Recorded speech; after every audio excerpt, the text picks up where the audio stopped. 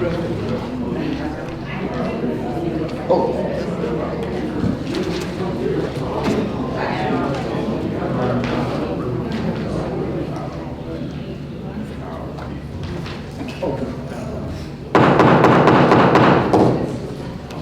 evening. Go ahead and call the Selma City Council meeting to order. We do have a quorum. At this time, I'm going to ask Councilwoman Jackson if you'd be so kind to give us the invocation. Dear God, yes.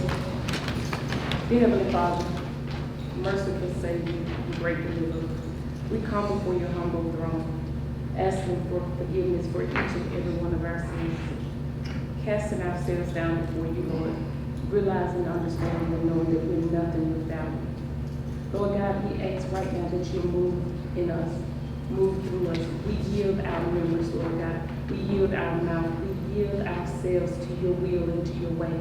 Lord God, let nothing be said and done here tonight that you have ordained, that you have purpose to be spoken, Lord God. Put guards over our ears, our eyes, and our mouth, that we may do your will and yours alone. You are our Savior. You are our deliverer. Lord God, we put our trust in you. We lean not to our own understanding. In all our ways, we acknowledge you. We thank you for choosing us for such a time as this, Lord God. Bind us together in unity and love, that we may do your purpose and yours alone, to the glory of your name. In Jesus' holy, precious, and righteous name I pray. Amen. Amen. Thank you, Councilwoman Jackson. So it's time for the pledge of allegiance. I pledge allegiance to the flag of the United States of America and to the republic for which it stands, one nation, under God, indivisible, with liberty and justice for all. roll call, Madam Clerk. President Bowie, Present. Councilman Bowling, Present. Councilwoman Youngblood, here. Councilwoman Jackson, Here. Councilwoman Benjamin, Here. Councilman Randolph, Here. Councilman LaShaw, Here. Councilwoman Thomas, Councilman Johnson. Here. As stated before, we do have a quorum. The first point of the month is truthfulness, earning future service by accurately reporting past facts. At this time, council members, you have before you the regular agenda, June 11th. I'm going to ask if we would amend this agenda because I received some solicited requests. I printed the agenda. Received Mr. Doug Buster, Attorney Junior Matt Phillips, and Attorney Rose Sanders. So I'm going to ask if it would be okay to just add those three to the solicited request. Amend the regular agenda.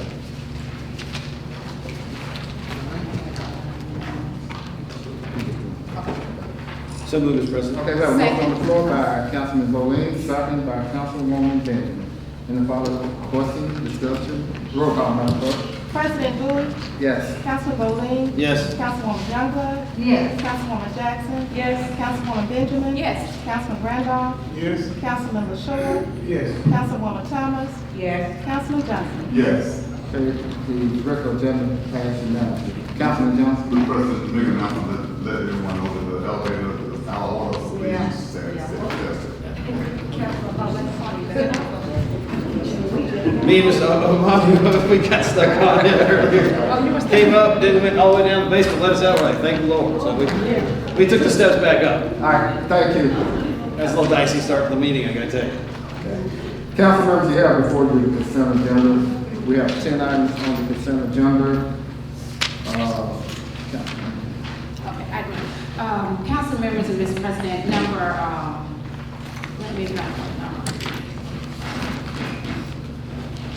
Number seven. Number seven is to approve for first reading a special events retail license for Empower Music Festival 2019.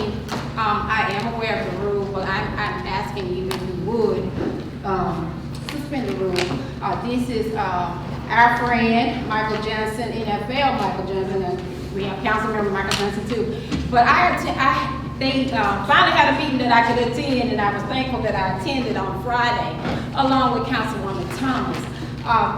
This event has so much detail. They have workshops, educational workshops. They're going to be cutting the grass, they want to pay for their own police officers. They want to do make sure that it's clean when they leave. This is going to enhance Selma as well. So I ask that you please, instead of for first reading, because by the time we meet again, it'll be time for their event. And there's another process that they have to do after this is approved. So I ask that you, while we approve all the other licenses, that we approve this one as well. I second that motion. Okay, we have a motion on the floor by Councilwoman Benjamin to suspend the rules.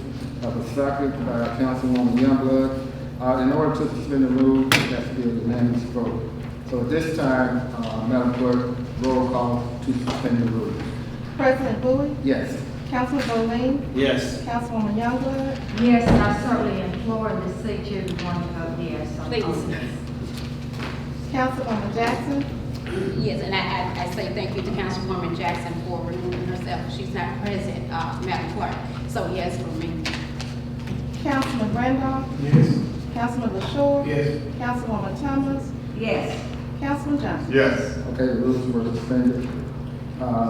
Consent item number one. We have 10 items. At any moment that you would like to remove an item to vote on separately, you can. Consent item number one, to approve resolution R 137/1819, ratify and affirming the retiring K-9 shortage to his handler, Officer Matthew Smiley, for $1. Consent item number two, to approve Friday, July 5th, 2019, as an extended holiday for city employees.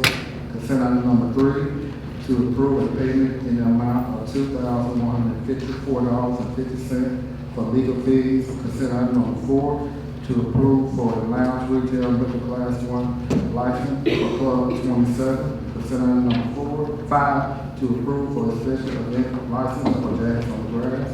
Consent item number 6, to approve a lounge retail liquor class 1 for the Drops Lounge. Consent item number 7, to approve the special events retail license for the Power Music Festival 2019. Consent item number 8, to approve to enter into an independent contractual agreement with Candy Duncan to administer the Art Camp program for 2019. Consent item number 9, to approve Councilwoman Jackson to interact with the city of Gaston on behalf of the city of Selma in reference to the historical traffic lights and ensure the city of Selma compliance with the federal and state codes. And consent item number 10, to approve to increase gas tax fund 11 budget by $125,000 to cover traffic, sickness, street repairs, cave-in, painting lines, and beautification. At this time, the chair will entertain a motion to place all 10 items on the consent. So move, Mr. We have a motion on the President. floor by Councilwoman Benton, second by Councilwoman Youngblood and Jackson. Are there any further questions? Comments? At this time, the chair will entertain a motion to, whoever make the motion. Roll call, Madam Clerk. President Bowie, Yes. Councilman Bowe, Yes. Councilwoman Youngblood, Yes. Councilwoman Jackson, Councilwoman Benjamin, Yes. Councilman Randolph, Yes. Councilman LaShaw, Mr. Chair, I vote no on item number 3, yes on number 4, all the other items. No to number 3. Thank you, sir. Councilwoman Thomas, Yes. Councilman Johnson. I'll have the same thing for being asked in the session. All right. Thank you. Motion passed. Council members, you have before you the May 28, 2019 minutes. Hopefully everyone has had the opportunity to approve the minutes. Are there any corrections?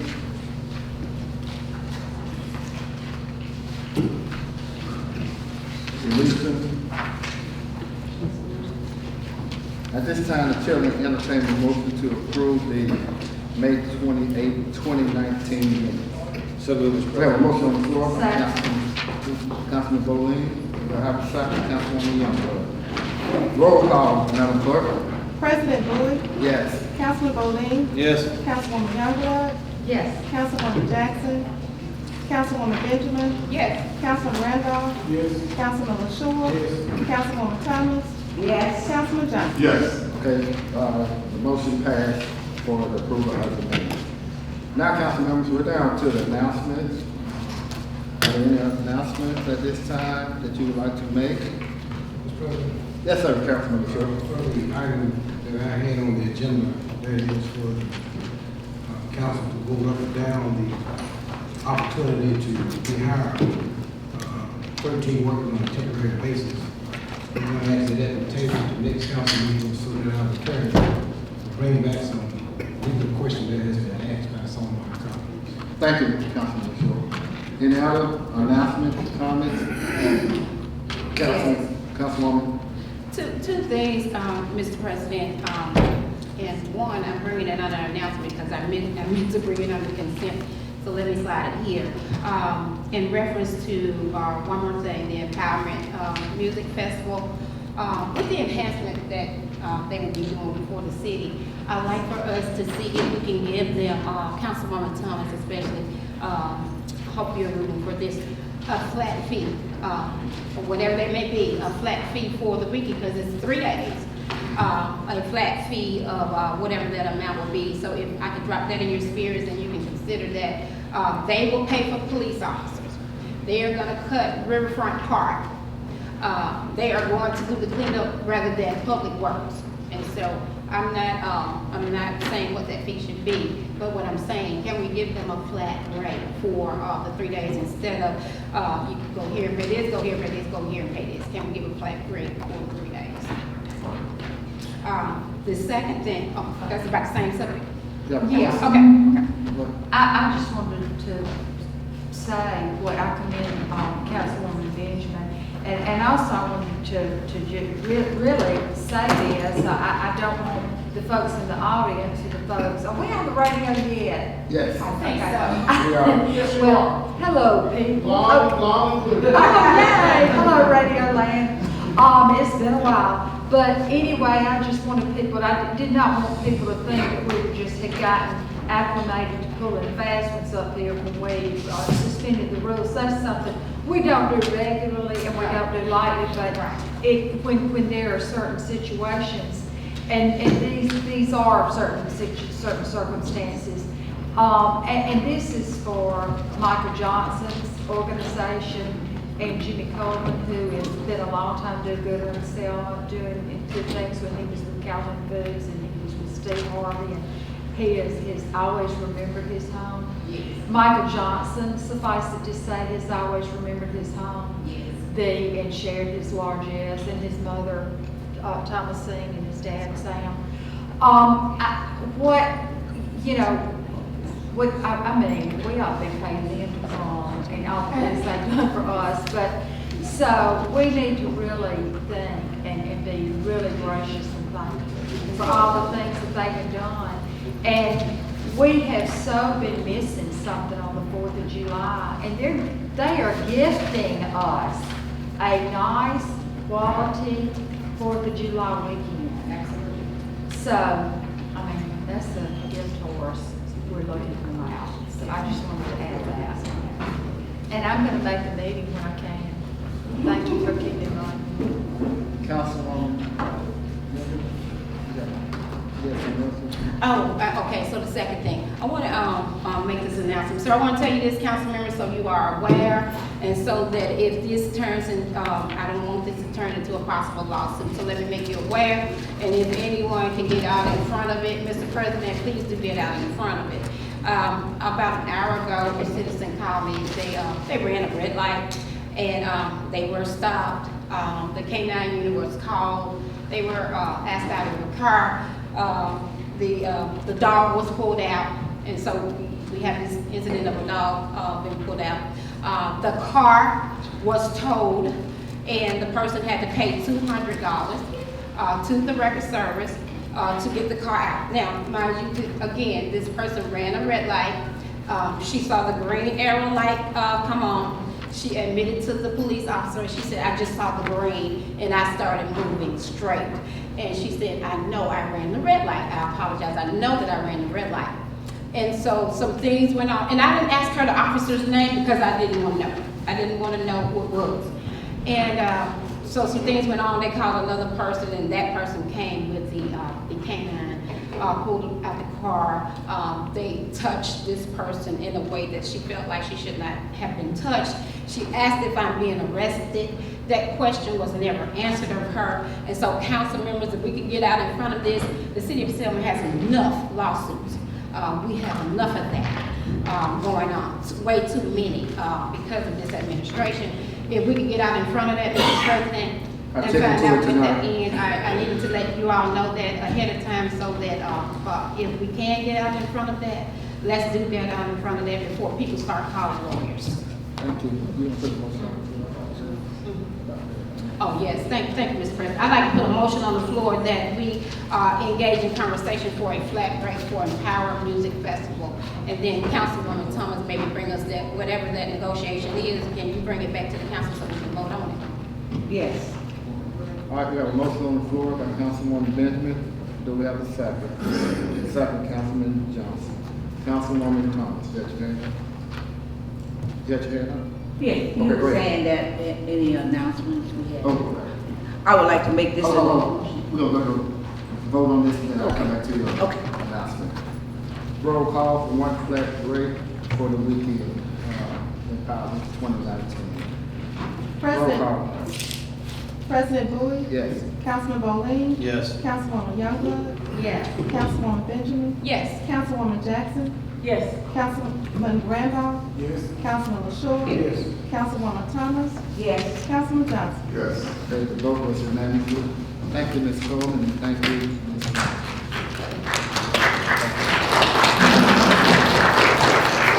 Councilwoman Thomas. Oh, yes, this announcement, we have a lot of things that are going on this weekend, and I just want to say, we're doing our 50th annual legacy of people that grew up in my community. People come back home, and I just want to welcome the people that are coming back into Selma this weekend. We have a lot of things happening in Selma, and I just want to say that if anybody that feels like you want to come out, you're welcome to come out into Ward 7, which we will have our 5th annual reunion of our legacy, of our parents and history of people that was raised, we as adults now, that our parents that was raised up in that community, some of them have passed, but we carry a legacy. And we want to welcome you if you feel like coming out into Ward 7 this week. Thank you, Councilwoman Thomas. Councilman Johnson and Councilman Randolph. Mr. President, I don't have a flyer before me, but I'm pretty sure someone knows about this event, the cleanup downtown event. Someone's going to speak on that? Yeah. Okay, good, thank you. Councilman Randolph. I really don't have an announcement, but I can turn it into an announcement. Anyway, I had a constituent of mine yesterday. It was raw sewage coming out of the manhole in front of our house. So I called the police information line so we could get the sewage guy to come out. And so they got in charge of the sewage guy. He never came out. And raw sewage still coming out the ground. So this morning I saw the sewage guy. This morning I said, "Hey, did you get the call about the sewage?" He said, "Yeah, I got it. I'm the only one working with the short staff, whatever. And then, so this evening, I called again at 3:30, he still hadn't made it. So that's kind of like bad business for our constituents. The raw sewage coming out of the ground in the city line, something need to be done. The time for urgency around this city, they don't have any urgency whatsoever. And my next comment is going to be all the parks that we have, like the walking trail in Ward 5, walking trail in Ward 4. The garbage cans are not being emptied. Those garbage cans have been full about 3 or 4 months. And at Edgewood, lady called me by Edgewood. The garbage can hadn't been emptied. Selma High School, walking trail there. So, Mr. President, I check on, and also that address you're talking about. it's 1105 Grimrose. That's all. Yeah. But, like I said, you know, our city already is a mess. And man, you know, people taking their kids out to the baseball field to catch some balls, and they gotta look at all this trash, you know, it's just bad. Then my next thing is, I found them all. I'm once again calling for the chief resignation. But I'm not gonna try to push the issue this meeting. I know y'all want, some of y'all might wanna support the chief or might not wanna support the chief. But Mr. President, by the next meeting, I would like to take a vote on asking the chief for his resignation, because the chief has destroyed our city. The mayor has destroyed our city. Only thing the mayor and the chief have done for Selma is destroy families. That's the only thing they did, was destroy families. You know, and they continue to do it. And so, by the next meeting, we were talking, I guess, in our next work session, and I think time is enough. We need to change direction. If we don't change direction now, it's shame on us. Stuff is continue to happen in our city. And that's all I got to say. Thank you, Councilman. Any other? Mr. President, Councilman Shaw. I know that in our city is turmoil of issues. One of them is garbage, which people just indiscriminately discard and just bring in the best of sight in our city. Grass is overtaking the city. But there are citizens that have stepped up, Mr. President. I want to thank Mr. Martin Richardson, who was out cutting Runshaw Park. All you know, Runshaw Park was named after a childhood friend of mine who was killed in an accident in Vietnam. And to see the dilapidation of that park, because we don't have a man, it's just shame. And I just want to thank Mr. Richardson and any other citizen that take it upon themselves to go out and cut grass. And I just want to thank them from the bottom of my heart. And I do know that we're trying to make ways and means where we can get control of this garbage situation and grass. Thank you, Councilman Shaw. Any other announcement? Ms. Cheryl Smith, please come forward and tell us about the cleanup for this weekend.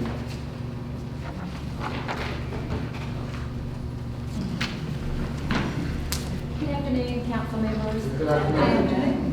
In your packet that I put in your work session is the information about our upcoming downtown community cleanup this Saturday morning. We're getting an early start at 7 o'clock because the heat is on.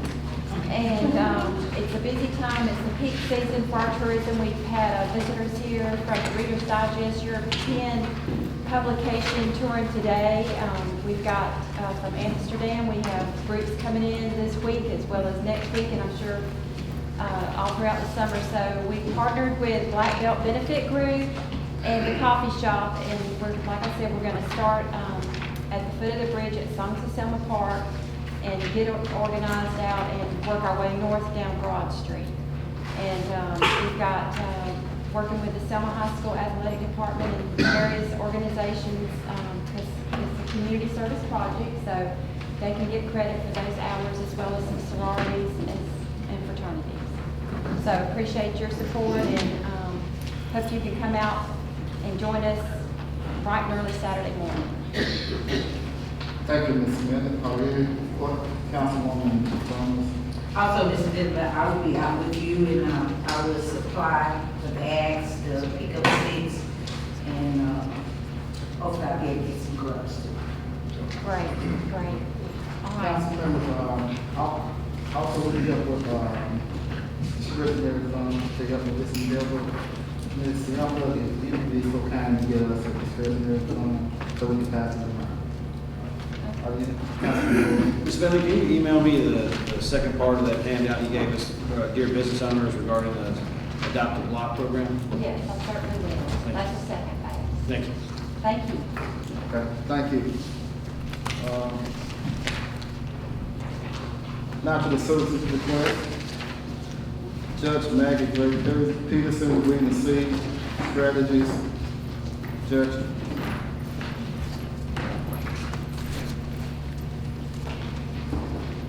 Good evening, everyone. Good evening. I'm back again. I am Judge Maggie Drake Peterson.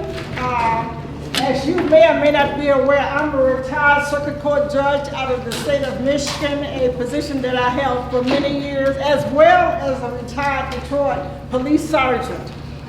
I am also, as you may or may not be aware, I was appointed the executive director for Weed and Seed Initiative Selma 2019. And the purpose of this initiative is a means by which the city of Selma, as well as Dallas County, can coordinate their community efforts, energy and synergy, and to eliminate a specific situation which foster the current crime that has been occurring around in the city of Selma and Dallas County. We're not going to put our heads in the sand and pretend it's not happening. We're going to do something about it. And that's one of the reasons that I am here today. We have a vision that includes long-term, widespread economic development, accompanying education opportunity, public assistance, as well as the community involvement as a means of deterring crime. The ultimate vision is a Selma where every neighborhood is safe from violent crime, and the community is organized as well as one in maintaining what is necessary to help keep Selma resistant against crime. Now, I'm not in this by myself. I have with me today one of my honeybees. You may not have heard that term before, but we have honeybees in Selma. And if you are aware about honeybees, honeybees are one of the most industrial insect, I have to say insect, I want to be specific, because they're the only insect that produce food that human beings can consume. But they are workers. They take care of the babies. They take care of the community. They take care of the dead, and they help keep everything clean. I have with me today Mrs. Grace Cobbs. Ms. Cobbs, would you please stand up, please? This is Ms. Grace Cobb. Thank you. Cobbs, I'm sorry. Grace Cobbs. And Ms. Carolyn Cox is the other person. We are getting organized. We have been, as you may or may not know, we have received a $1 million grant for the weed. We are the seeding. We are meeting with as many organizations as we can, and I had sent, and I found out yesterday when I came to the working session that some of you did not receive your email, and I apologize when I sent them last night because I lost the little card, but you will get it tonight. What we're talking about a total community engagement. We're not talking about Ward 1 or Ward 2 or we're talking about Wards 1 through 8, which means that everyone has, for this to work, everyone has to be involved. Because if you work in 1, you don't work in 2, they're gonna move from 1 to 2. We don't want that to happen. What we want the community to get on board, and you can do that. We want the community to get on board, and for you to be the eyes and the ears, for you to see what's going on in your community. The email explained better to the city council member because these are your representatives here.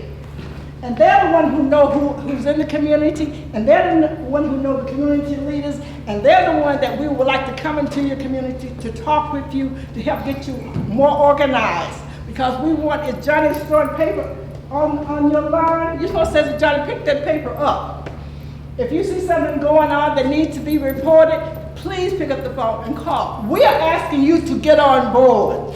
We are here to help, and we want you to have a stake in the outcome of what's happening with your community. The police cannot do it by themselves. I know that you get a lot of complaints one way or the other, and I'm not here taking sides with anybody. But one thing I do know, if there's a problem, you don't call for somebody to come, you call the police. So let's get that straight. You have to understand that law enforcement along with the community is what makes the difference in your community. But the community must have a relationship with law enforcement. We have to do this together. Community leaders are in a position to push back against some of the social stigma. And I know there's a lot, there's pros and there's cons. We're not taking a side, we're here to assist. The idea of community involvement takes everyone to be a part of the intelligence source so that we can respond, or the police or anyone else can respond to what's going on. We also have a social service arm, whereas we are trying to help ex-offenders to be re-entered into society. We're not leaving anyone on the side. We want everybody to be involved here. We can't say we can't use them because they have a record. That's not what we're saying. We want everyone involved and committed to this, what we're going. This is our community. You hear stuff in the newspapers.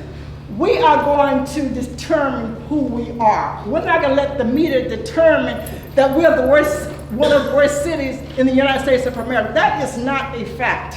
So I want all of you to come on board and get on board. In the long run, it is the community which benefits. Judge Peterson, I'm going to give you an extra minute. Thank you. You're so sweet. Thank you so much. Sometimes. The other thing we're asking the city council to do, we're asking you to help to appoint a code enforcement officer. It does no good to know what's going on out there and see things happening and no one at least ticketing these people saying, look, you can throw your trash on your neighbor's porch. And I know you can't enforce everything, but we need someone there who will at least make a record of it so that we can deal with some of this. Now, I know that sounds like a big job, but this is a large community. It's can be a close-knit community. We're talking wards 1 through 8. When you get your email, I'm asking you to schedule a meeting. Allow us, myself and my honeybees, to come out and explain in more depth and more details so that you can get your ward leaders, your street captain, so that we can make this work. And hopefully you're all on board. Can I count on you? Yeah. Can I count on you? Thank you so much, Judge Drake Peterson. I think we learned last night that we're all on board. Are there any new questions for the judge that you did not have on last night, council? Yes. I appointed a gentleman from my ward, and I'm not sure if he was able to show up to the meetings. And when I talked with him, he said no one ever called him. I think if you get an opportunity to talk with him, he in the audience now, so we get a chance to talk with him. And that was? He'll see you anywhere. Okay, thank you. And you can always reach me. One more, Judge. Judge, I too had a person that was designated by Assistant Attorney Day, who asked all of us to give to him the names of a person that can serve on this committee. And my person has not been contacted either. Was who? Charles Johnson was his name. Well, we haven't seen him. Well, And I haven't gotten, I'm the executive director. I was appointed back in March.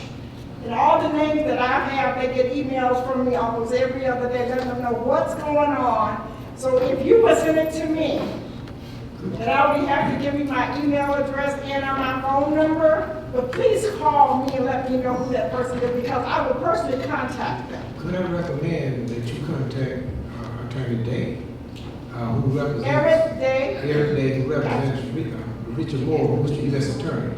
Exactly. We gave him, I gave him the name of the person that would be able to serve. And I think he has his list. So if you could get a hold of him and ask him for the list so that you can be made aware of who these people are. I'll be happy to do that. Thank you. And Thank you I'm so so much. thankful for your cooperation from all of you. Thank you. Thank you, Judge. Yes. Mr. Tom Bolton, resolution for veterans.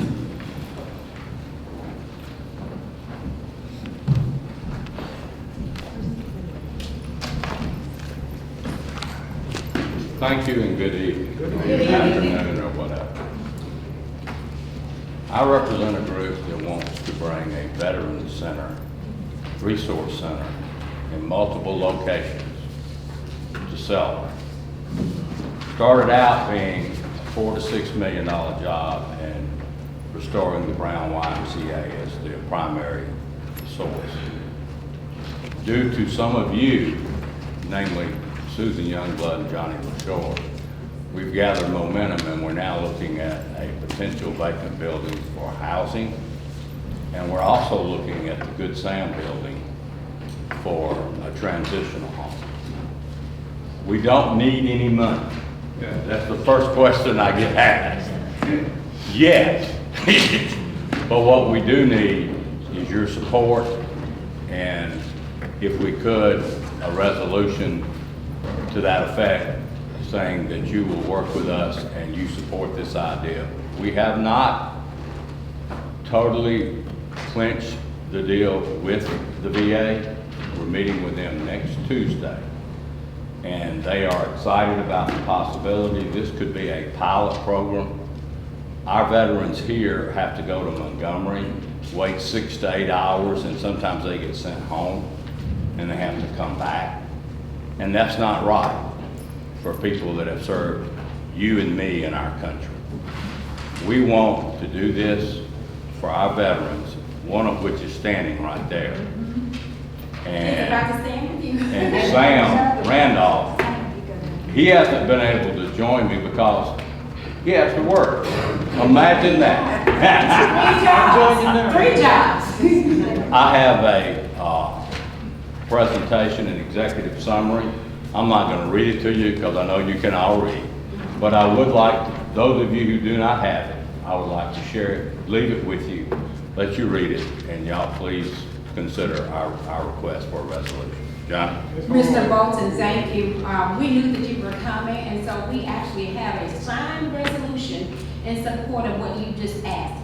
The signed copy is in the hand of our very own veteran, Councilman LaShore, and standing to your other side is our very own active military member on your other side, Councilman. Give him a hug too.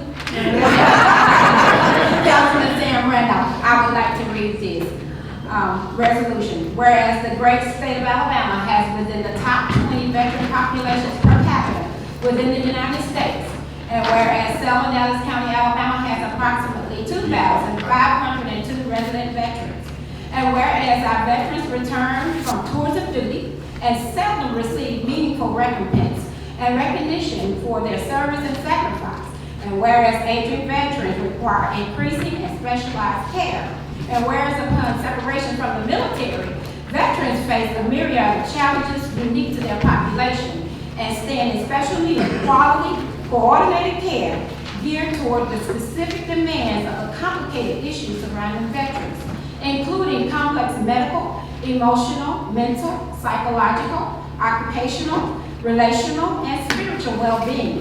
And whereas Tom Bolton and his company, doing business as Priority Soldier, have proposed a plan that makes use of the historic Good Samaritan Hospital and the historic Brown YMCA buildings to implement a comprehensive program for eligible veterans of the United States Armed Forces. And whereas a portion of the identified funding streams require that the applied and implementing authority be a local unit of government, or that a LUG act as the fiscal conduit agency. Therefore, be it resolved that the Selma City Council, the statutory authority of finances for the city of Selma, does hereby provide support for Priority Soldier and is proud to serve as fiscal conduit agent for procuring funding to provide quality, coordinated services to our veterans whose sacrifice for our country has placed them in need of such services. Done this. There's no date on here when you look at my clock. Done this 11th day of June 2019. And you have a copy with the date on it. I do. There's a copy down there, and there's a signed copy down there with everyone's signature. Let me applaud y'all.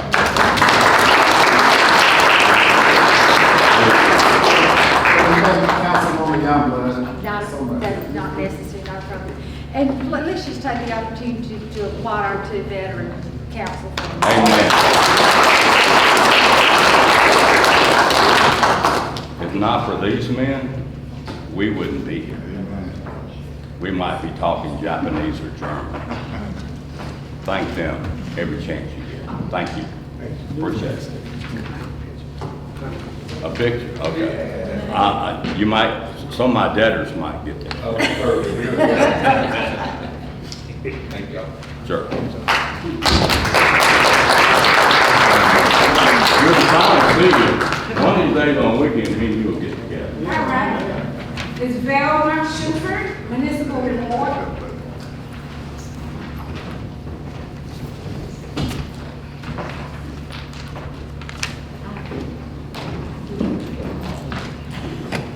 Good evening, everyone. Good evening. Thank you for having me here. As she said, my name is Selma Schubert, and my son Jermaine Javon Sanders was murdered November 22nd on the 1800 block of Church Street, 2018. It's been 6 months, and I hadn't heard any information about, who the murderers or anybody that had killed my son. I went to DA Michael Jackson and took almost 500 signed signature petition to Kay Ivey to get a $5,000 reward. I already have a $1,000 reward for the Crime Stopper, and they're announcing that on the radio. I'm asking you the $3,000 reward to make a total of $9,000 to find out who murdered my son. Selma is too small for nobody to come and speak up, and it's a shame that I have to ask or either put money out to get somebody to talk. That's one of my problems with the community here, and y'all touched that earlier. It hurts me because you got people in this community know what's going on and know what happened, but won't open their mouth. You don't have to come out openly and tell, if you're scared or you're feared for your life, call Anonymous hotline. That's all you have to do. But people around here walking around, and the murderers probably walking around my house, passing by me every day, and I don't know who they are. And it's more than me that's going through the problem. I understand how some of the mothers feel now, having their child murdered. Nobody comes and talks to them and tell them nothing. I tried to get Chief Collier, and Chief Collier had not called me yet. I talked to Captain King, and he has helped me, and he called you, and you called me, to get me on this program. But the point is, Chief Collier was supposed to have written a proposal to give to y'all for the $3,000 reward. And he told Captain King that he was gonna call me May 10th, that's the day he called me, when Captain King told me that he was gonna call me and he talked to him and was gonna put that proposal in y'all hand. Hadn't heard from him, y'all hadn't even received it. And I can't get in touch with Captain King. Every time we call, he's out of town or he's not around. So I want the $3,000 to find out what, to get some type of justice for my son. He has a wife, 4 children, and 2 grandchildren waiting for justice. And they got the wrong mama, because I'm not gonna let it rest. It might be quiet right now, but I'm still working quietly undercover trying to find justice for my son. I don't know what happened, don't care what happened, even if it was drug. Hope it's not drugs, but even if it was drugs, it's not, no one should kill or murder someone cold-blooded. And the other person was injured, but my son was murdered. And so I want the people in the community, while everybody sitting here, I called, this is my town. I was born and raised here, but I called Selma a little pain place. Everybody knows everybody's business, around here talking about everybody, know who doing this and who neighbors having an affair and who doing this. you know who the murderer, are. So get together, because our community is falling apart because we are the demise of our neighborhood. We the one don't speak up and say what's going on in the neighborhood. Excuse me, because I get so passionate about it, because I'm still angry. I'll call myself as trying to talk quietly and slowly, but I'm a fast talker. But it makes me angry when these people in the neighborhood, we are the demise of our own neighborhood. We see crackheads, drug addicts, and all of them walking around there. You know, and don't open them mouth and say nothing. Trash thrown all over in the streets and stuff like that, and don't say not one word. So I want the community to get together and work with the police, and we need more police enforcement here. You know, you call the police, it'll be about 45 minutes or something before they come, and they know that you got a shortage of police, so they do what they want to do, and by the time the police get there, they're gone. You know, there's no surprise. And the mayor, you know, I respect the mayor, but I'm tired of hearing him if you don't have nothing good to say about Selma, don't say nothing at all. When you start doing something and put something in action, then I have something to say good. I was born and raised here.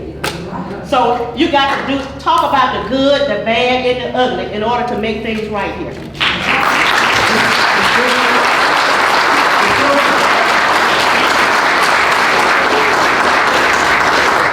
Before I go to Councilwoman Young, I promise you I will get with Chief Captain King on tomorrow, and we will definitely get with you on tomorrow. I promise you that. Thank you. I believe Councilwoman Thomas' hand was up first. Councilwoman Thompson, Councilwoman Young. I like to say this to you. Yes, well, we've been voicing. Our last public safety meeting, we had the chief of police sitting right there. And I expressed myself because I know how you feel. I'm seeing some of these things. And we've been voicing about these unsolved murders, the committee, and a couple more of our councils. We have been speaking about we want something done because we have a lot of people that are still grieving. I live in a neighborhood where I've seen some of this stuff happen. And I don't stop, I keep voicing. And our public safety, we have been talking to Chief. We asked him the last time we had him here, sitting right here, the last public safety meeting.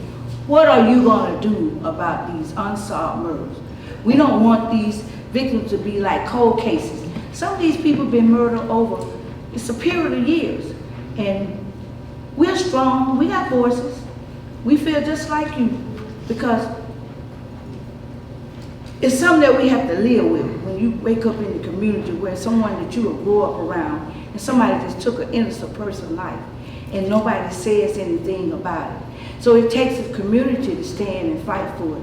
And we have been talking to the chief about it. And he told us that he was going to get someone to work on this, on the case about a lot of these unsolved murders. Well, we do have a public safety committee has been voicing.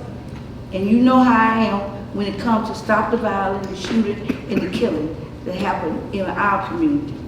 And I'm behind you, and I'm a strong voice. I fight for the community. Because action, because this past weekend, went to bed early, about 10 or 11 o'clock, 5 shots. And we caught speeding down from Broad First Avenue and then turn on Church Street. This got to stop because innocent people could be walking by. A bullet don't know nobody. You're They right. can come through the house, kill anybody. You know, so we need to stop it. And the neighborhood, like I said before, if you get up and march when a doggone police officer or either somebody white kill a doggone a person, and then you're talking about Black Lives Matter, why Black lives don't matter when you kill your own kind? That's right. That's right. That's right.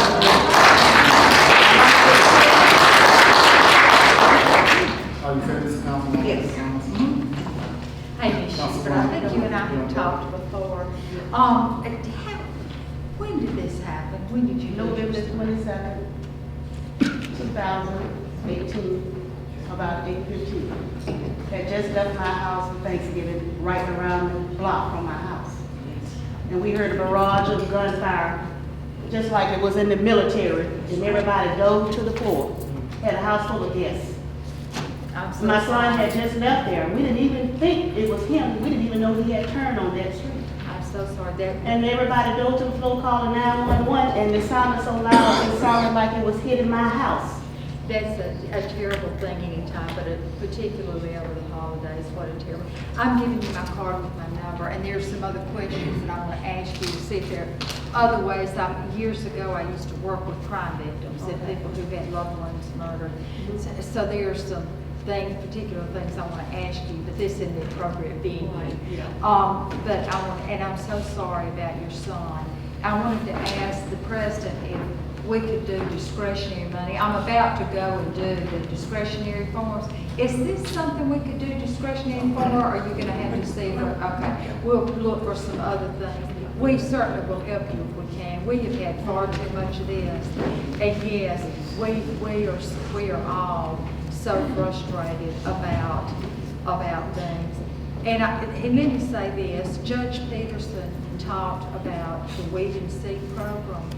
And this is part of what they're working on, the weeding out the criminal element. I talked to Attorney Day. Oh, good, Eric Day. Several months back, and he came to my house, him and another attorney, and was telling me about the Weed and Seek and what they were planning on doing, and they needed more people to speak up in the neighborhood to tell what's going on. And like I said, I hadn't grieved. I teared up, but I really hadn't cried. I just got out of bed and I just started working, researching and doing. Because I'm not gonna sit down and let my son be a cold case. I understand and I admire you for that, but we'll talk about some of those things later if you'd like to. But I wanna talk about some other things that you may not know about. Okay. Thank you. Thank you. Councilman Short. I had a relative that was murdered. Thank God the culprit was tried, convicted, and the thing was true. He met the same fate that he gave my nephew. I know my doctor has formed a cold case unit, and I'm going to ask this council to look in the next fiscal year to ask the police department to form a cold case unit that will be made up of retired detectives, and that's all that they do. Because to my knowledge, and I may be wrong, I think we had 16 or 17 murders that have not been solved. And that's one murder too many. That's right. So I think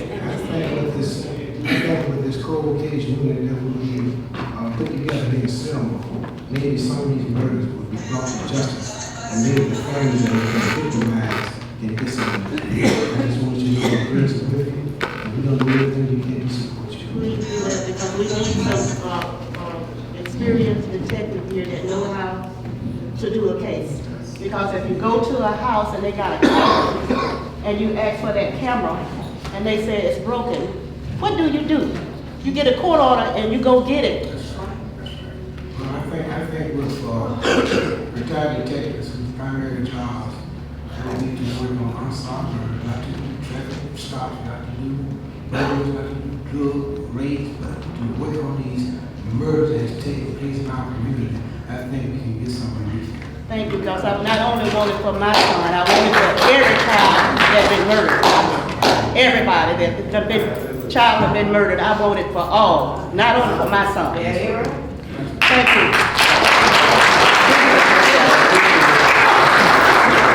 Also, too, Ms. Schultz, I will come out tomorrow with this resolution, with your son's name in, so we can move forward with that. Thank you. Mr. President, hold on, I'm sorry. Yeah, Councilman no, Randolph? I was gonna say, I thought we had passed. We did. So that's just do a resolution. That's a resolution. Okay, I'm so we gonna do it already tomorrow. got $3,000. Yeah. Okay. Yeah, but I'm just gonna add the son's name into the resolution. But also, before you say anything, could you put it in the newspaper? Run it in the newspaper for a certain length of time? On all of the local radio station. Everybody doesn't listen to WHBB. And also on the TV. And his boss, Thomas, Studio 205. My son used to put these billboards, or he'll probably put up some of y'all pictures on these billboards. Put the pictures up. And Tom Davis in Monroeville, I'm gonna call him because he told me if I needed anything to call him. And once I get my $5,000 from Governor I got you, and I got the $1,000 from Crime Stopper, then I can have him to put up a billboard on Broad over there by Captain D's, so I can rope up some of these thugs that think they're getting away with it. Because I want they eat their conscience away. You know, somebody got a conscience, or somebody got a soul. And so I want that to happen because I see Montgomery does that. They put it in the paper, they run it in on the news, and they have it on all of the stations. Not just certain stations, put it on all of the local stations.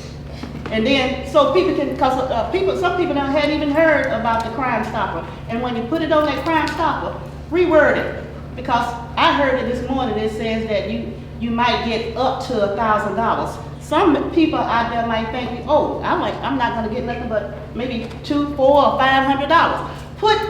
You're gonna get $1,000 if you find, give us information about, the crime. Not you're gonna get up to $1,000. Would you think it was probably about $400 or $500? If somebody want that $1,000. So please, I'm gonna talk to Captain King about it, for them to reword it. And, please do that for the community. But what I want to do, I don't know how we're going to get it through the community head. All of us need to work together because it could be y'all children. Amen. And then you want somebody to help you.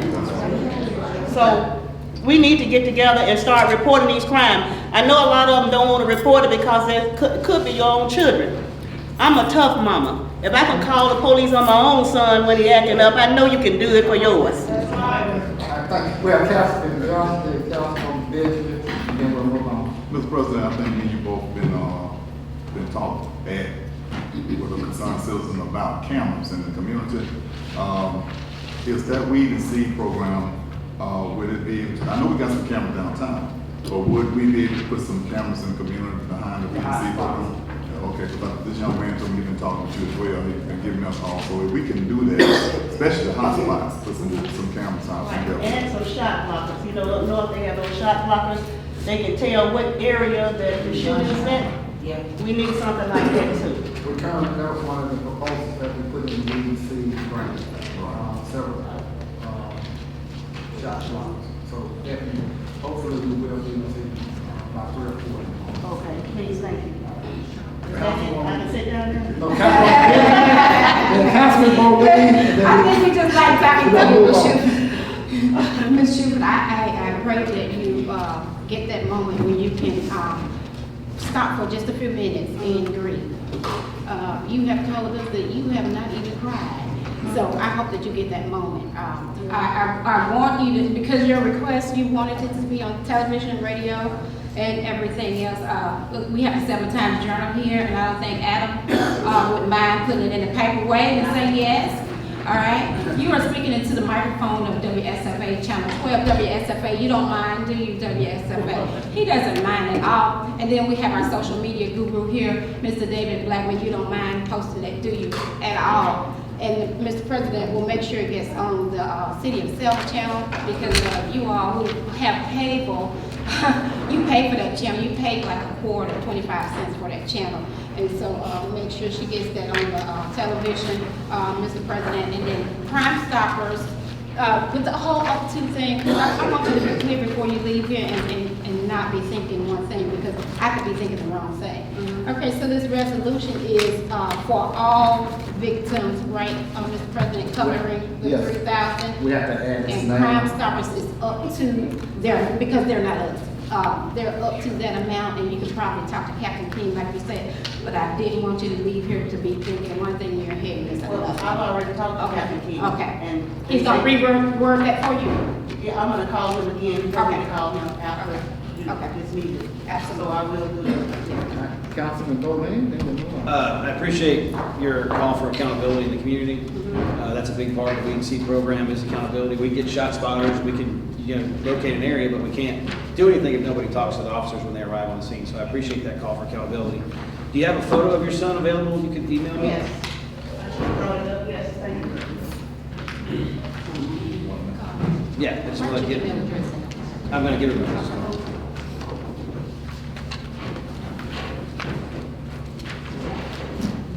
You're gonna email.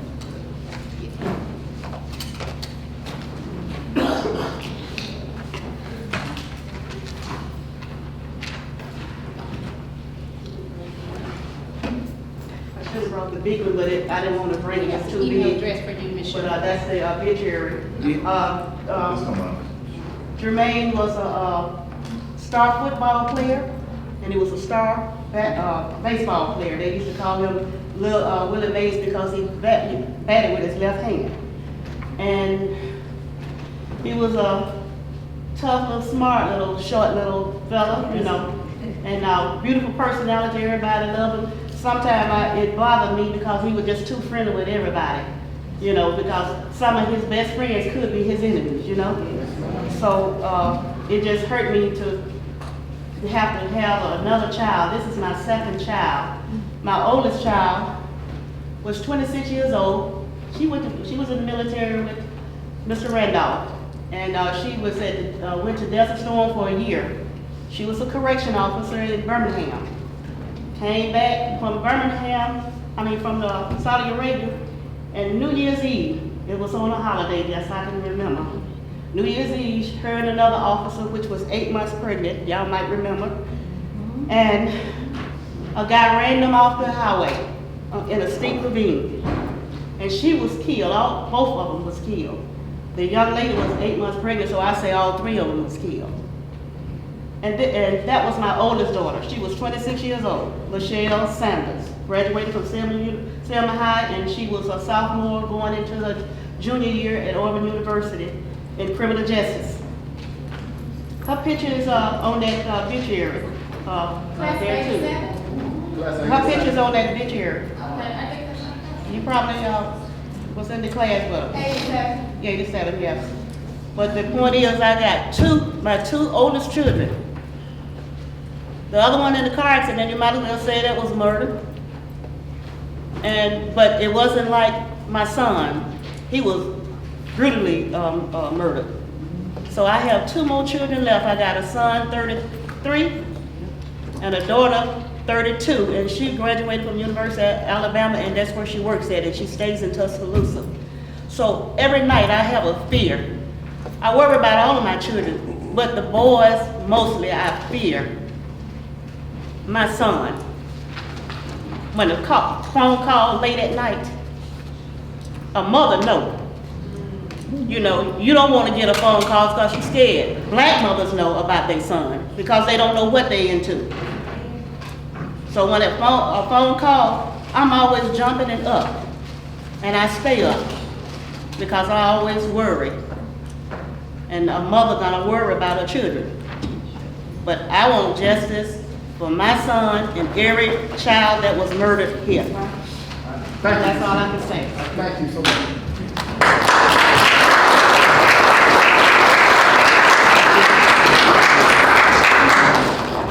Attorney Julia Maxwell.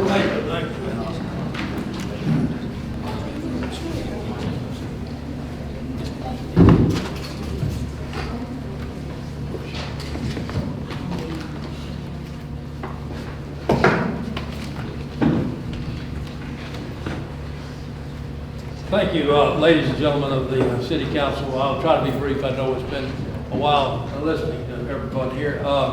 After she spoke, I don't see there could be any doubt that you need a new police chief here in the worst kind of way. I mean, the worst kind of way. I, of course, represent Renita Wade, and 3 times we had to come here to the City Council. This, I think, is my 4th time in almost 2 years. I think September of 17. And it took having to take her case to court. And I want to commend you and thank you and the City Council for joining us in court. You had Attorney Bobby Siegel. The order that he prepared is exactly the words that Judge McMillan accepted. And putting her back to work, we had several motions to hold the mayor in contempt to get him to give her all the powers and responsibilities that she has. But we did. But I want to thank you. It wouldn't happen if you hadn't taken the action. Now, you may have heard that we had these 3 police officers here. Mayor Officers Hardy, Tori Neely, and Kendall Thomas. And they were vindicated about 2.5 weeks ago when all charges were dismissed against them because the investigator that put the charges violated grand jury rules in a big way. Her name was Miss Smith, and that she heard what all the other witnesses said and then adopted it in her own testimony. Judge Collins Bentley did the right thing, and he threw out the charges. They're claiming, oh, it's some kind of a little technicality. It's far from that. Apparently, she went and sought another indictment, egg on her face, and so now we've got these three being indicted again. And so I was over here today talking about it, and I'm telling you that the morale of the Selma Police Department is at an all-time low. It's never been so low, and one of the reasons it's so low is you got a police chief that's doing nothing. All he can do is like criticize me for getting the three officers off. I mean, like what I said was asinine. His words, not my words, asinine. So I got these guys off, you know, that was his words. What is asinine is he continues to sit in the police chief's position with all these mothers having their sons murdered on the street and nothing being done about it. I know y'all have all kinds of guts up there on the board, or you wouldn't have taken the action you took to put Marina Wade back to office. But you need to get a new police chief in the worst kind of way. And I'd like to see a show of support some way or another for my three police officers. They've done nothing wrong. You know what they've been accused of? Somehow they interfered with the investigation of the Attorney General's office, which investigation they had already started themselves, having to do with the missing guns. And the lady who was involved with taking the missing guns in the first place has never been charged with anything. You know, and Chief Collier knows about that. And they're looking at our guys as sort of fall guys or scapegoats or something. And it's just the word, it's disrupted these three men's lives completely. I mean, they're down to their bottom dollar. They have none left to spend on their family and their food. And it's just, it's awful. I mean, you talk about things, I wouldn't be up here if you had a different mayor and a different police chief. But the thing with the mayor is one thing y'all know how to do with. I told you several times ago, there's a procedure called impeachment. I think it should have been pursued some time ago, but it hasn't. But meanwhile, you've got a police chief here who's allowing all this stuff to go, and he's not taking it out. He's not showing much sympathy. I mean, and it's time that something be done. So I beseech you, Councilman Randolph, I think you were the one that made the resolution, were you not, or the move or something about getting a new police chief. This mother that was just up there sharing her guts about, and everybody else. I mean, if you don't get a new police chief, then you share the responsibility about what's going on in the city itself. I say to you, and saying that, I'm representing my three police officers who are wrongfully indicted again. We won't have these charges tossed again. I don't know how soon it will be, but we'll have them tossed again. But it's just a sign of what's wrong with Selma. And the police chief should have been sticking up for these men. These were from the best. I mean, they were the best investigators. They've been called as witnesses for all kinds of crimes. But now, you know, they don't think they should even be subpoenaed, although they're big. Because, I mean, they have no jobs. They're not getting paid a dime. And they can't look for work because they're technically still on the rolls, although not being paid anything. And we would like to see them reinstated with pay. They were about to get order of pay just a few days ago. And then we get Friday when the storm comes blowing through Montgomery. I'll get phone calls from two of them and re-indicted. And so we need your help on that too. I particularly, as I listen to everything, think one of the things you especially need is a new police chief. Somebody with a heart, with a soul, with a mind, with a body, who's really willing to go out there and stick up for the community and save some of these poor folks who've been shot and killed. So that's my word. And remember my three officers, Jeff, Hardy, Tory Neely, and Kendall Thomas. They've done nothing wrong. They're scapegoats. They've been brutalized and punished wrongfully. And that's why the police department morale is so low. They got a lot of support. They're among the best in the police department. And the other officers will think, well, I can't, what's going to happen to me next? So that's what you're dealing with. I think it starts from the top. A new police chief can set a whole new tone. And that's what I urge you to do. God bless you all. Thank you very much. Thank you.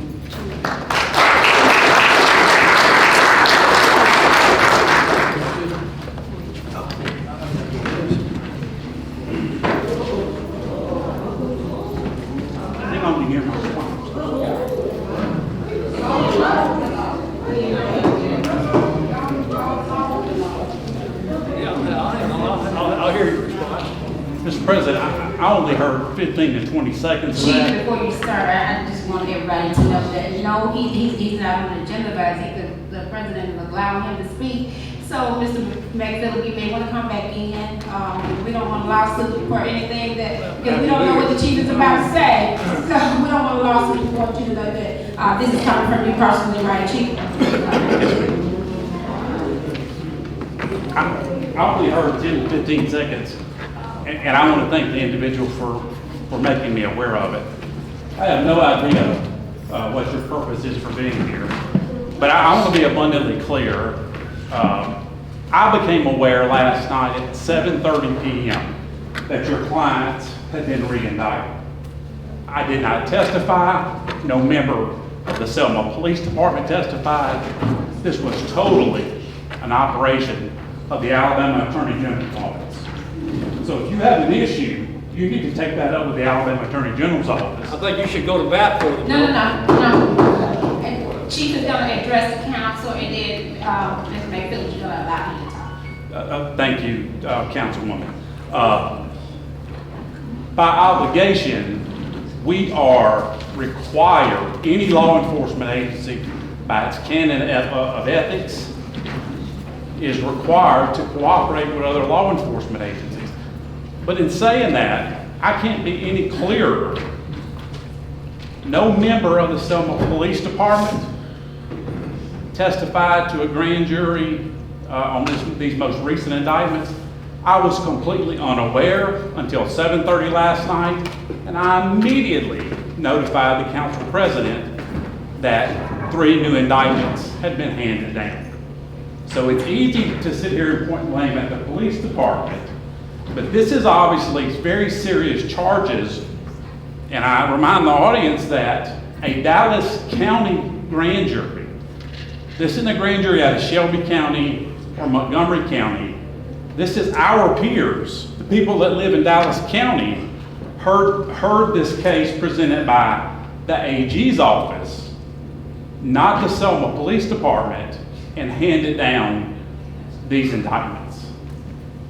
And I think that's the fact that's, and again, I only heard 10 to 15 seconds, but what a remarkable difference when you're attacking the agencies where they work as opposed to the agency that did the investigation.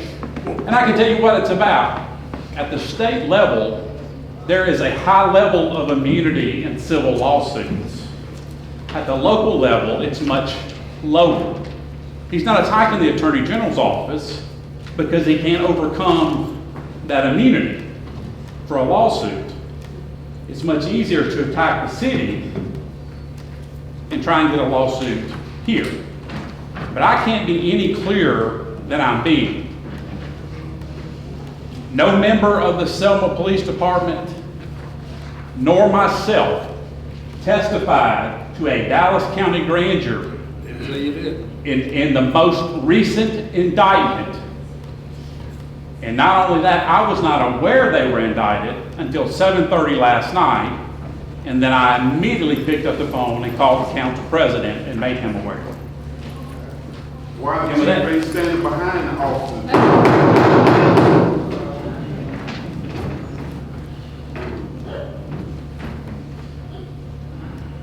I'm not going to answer. If one of you guys have a question, I'll try and answer it. And it wasn't. So, Chief, your purpose of coming was to clear up what you heard on the radio? Just 10 seconds of it. That was a bad, you have 15 seconds of it, when he was up here, attorney, and I said, attorney Mayfield was up here for a while. And thank you for finally addressing us rather than addressing the attorney, because we don't want this to become out of order. Yes, ma'am. Mr. President, Mr. Mayfield was now brought into this again, and so he wants to finally speak as well. If I may. And I think Mr. Collier's a good guy in many ways, but I think you could have done more, sir, to stand up for these officers. Thank you.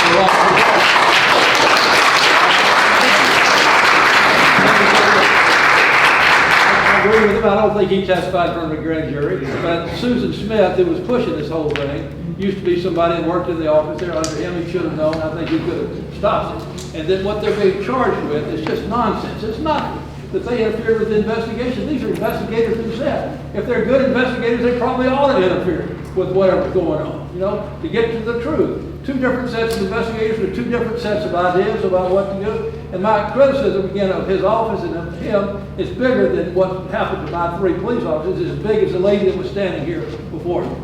It's as big as all these people who are getting murdered around Selma. There's been 3 homicides in Selma this year. It's down, the homicide rate in Selma is down 300%. It's down 300%. And you can't argue with the numbers. Now, if you want to talk about disagreeing with the Attorney General, and I'll wrap it up, Mr. President. The Attorney General is the chief law enforcement officer by the Constitution in the state of Alabama. If I get a subpoena from him, I'm going to answer. Just like if I get a subpoena from the DA, I'm going to answer it. But I want to be abundantly clear in these indictments. I did not get a subpoena. To the best of my knowledge, not a single member of my staff got a subpoena. I was not even aware that the grand jury was meeting. As soon as I became aware, I notified the council president.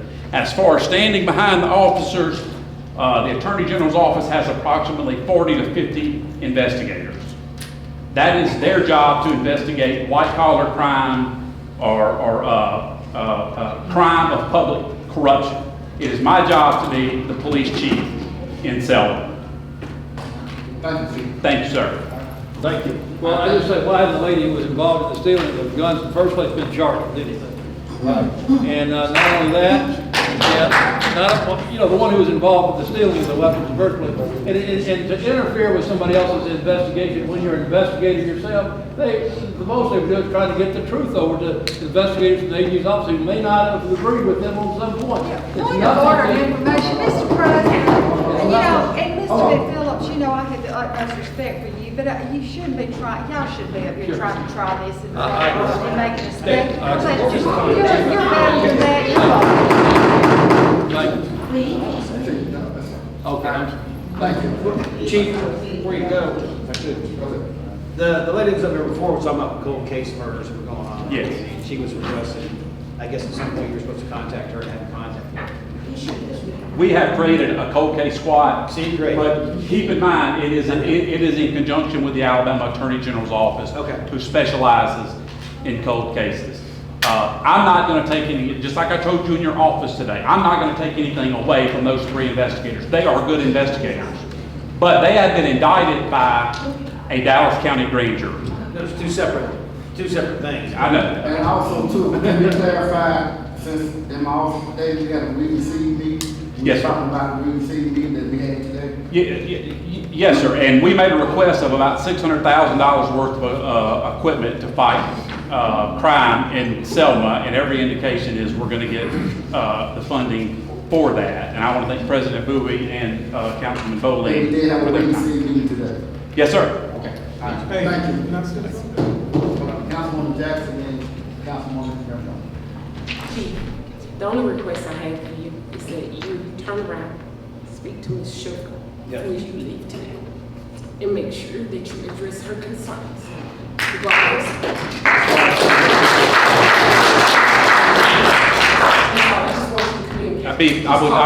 I know Ms. Sheffield. I would be happy. I would be happy to. I would be happy. But let me add one thing too, because that is a valid concern. 6 indictments, 6 cases by these 3 officers that have been indicted were reinvestigated, and 6 indictments were handed down on cases they missed. The indictments were handed down by a Dallas County grand jury, and we've been serving the warrants. Well, Chief, I'm going to ask you. I know this is a separate issue. I don't want to deal with that. My heart is overwhelmed for this mother. I've lost 5 members of my family. This hit me especially hard this evening. And I want to make sure that we have a chief that is responsive to our mothers that are losing their sons. Right now, I'm not talking about what you and Attorney McPhillips is talking about. That is not even of my greatest concern at this moment, because I'm not thinking with my head, I'm thinking with my heart, and I just ask, please turn and talk to this mother. Put your hand to her heart, her head. I know where she is. Be there for her. No, down there.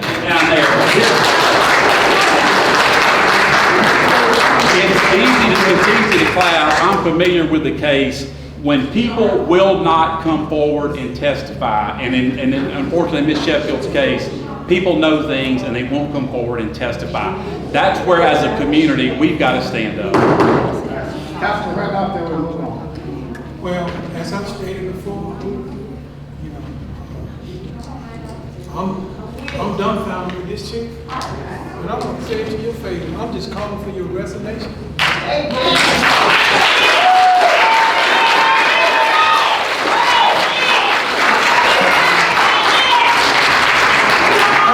I don't want no cheerleaders out in the orders, none of that. But, cause you have just did ourselves some disservice, you know. Explain, Councilman. Let's look at numbers. Everything. Only thing you doing for our city is destroying families.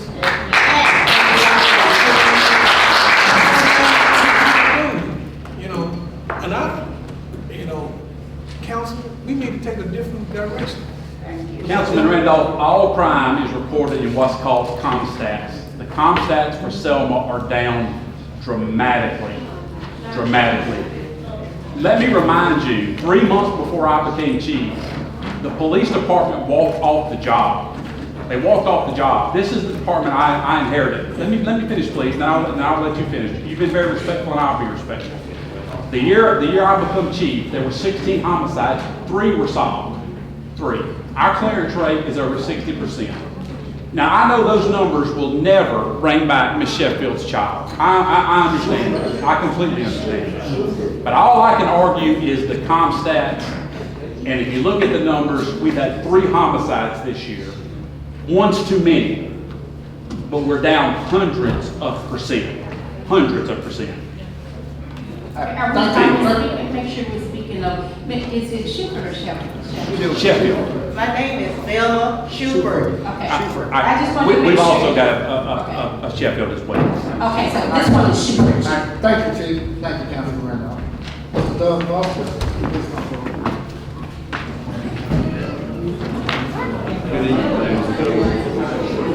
I appreciate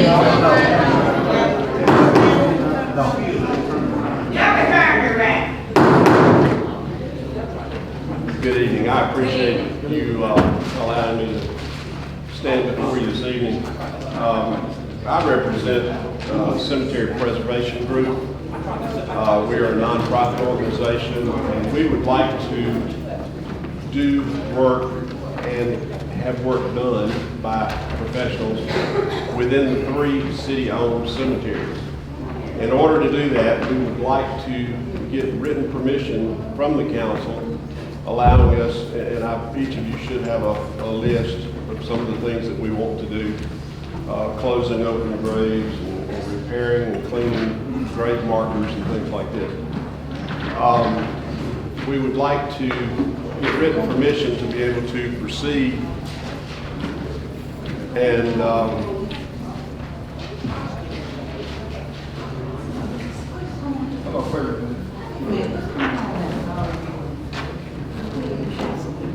let's have a 5-minute recess. yeah, do that. We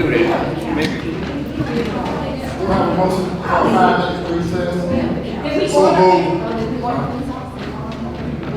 Can I have a roll call, please? 5 minutes recess. Yes. Call. President Bowie, Yes. Councilman Bowling, Councilwoman Youngblood, Councilwoman Jackson, Councilwoman Benjamin, Yes. Councilman Randolph, Yes. Councilman LaShaw, Yes. Councilwoman Thomas, Yes. Councilman Johnson. Yes. 5 minutes.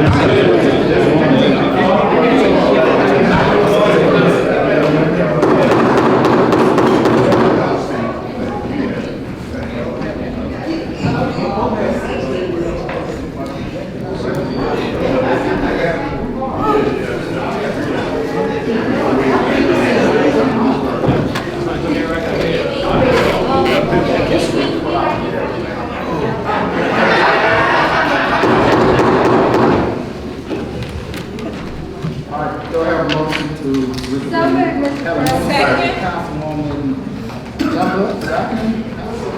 Councilwoman Benjamin. Roll call. President Bowie, Yes. Councilman Bowleen, Yes.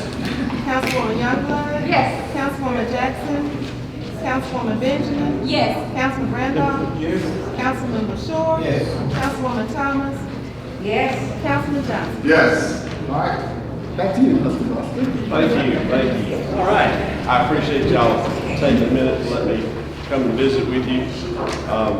Sorry, this is going to be pretty mild and calm, but boring. Let's just say it. This is going to be boring. Okay. I am representing the Cemetery Preservation Group, which is a nonprofit that we have started with the idea of doing work within the cemeteries. I need written permission from the council giving us the okay, since the city owns the three cemeteries. The Old Live Oak, Lorenzo Harrison, and New Live Oak. In addition to that, because these cemeteries are over 50 years old, the state law requires that we also get a permit from the state before we do any work in the cemeteries.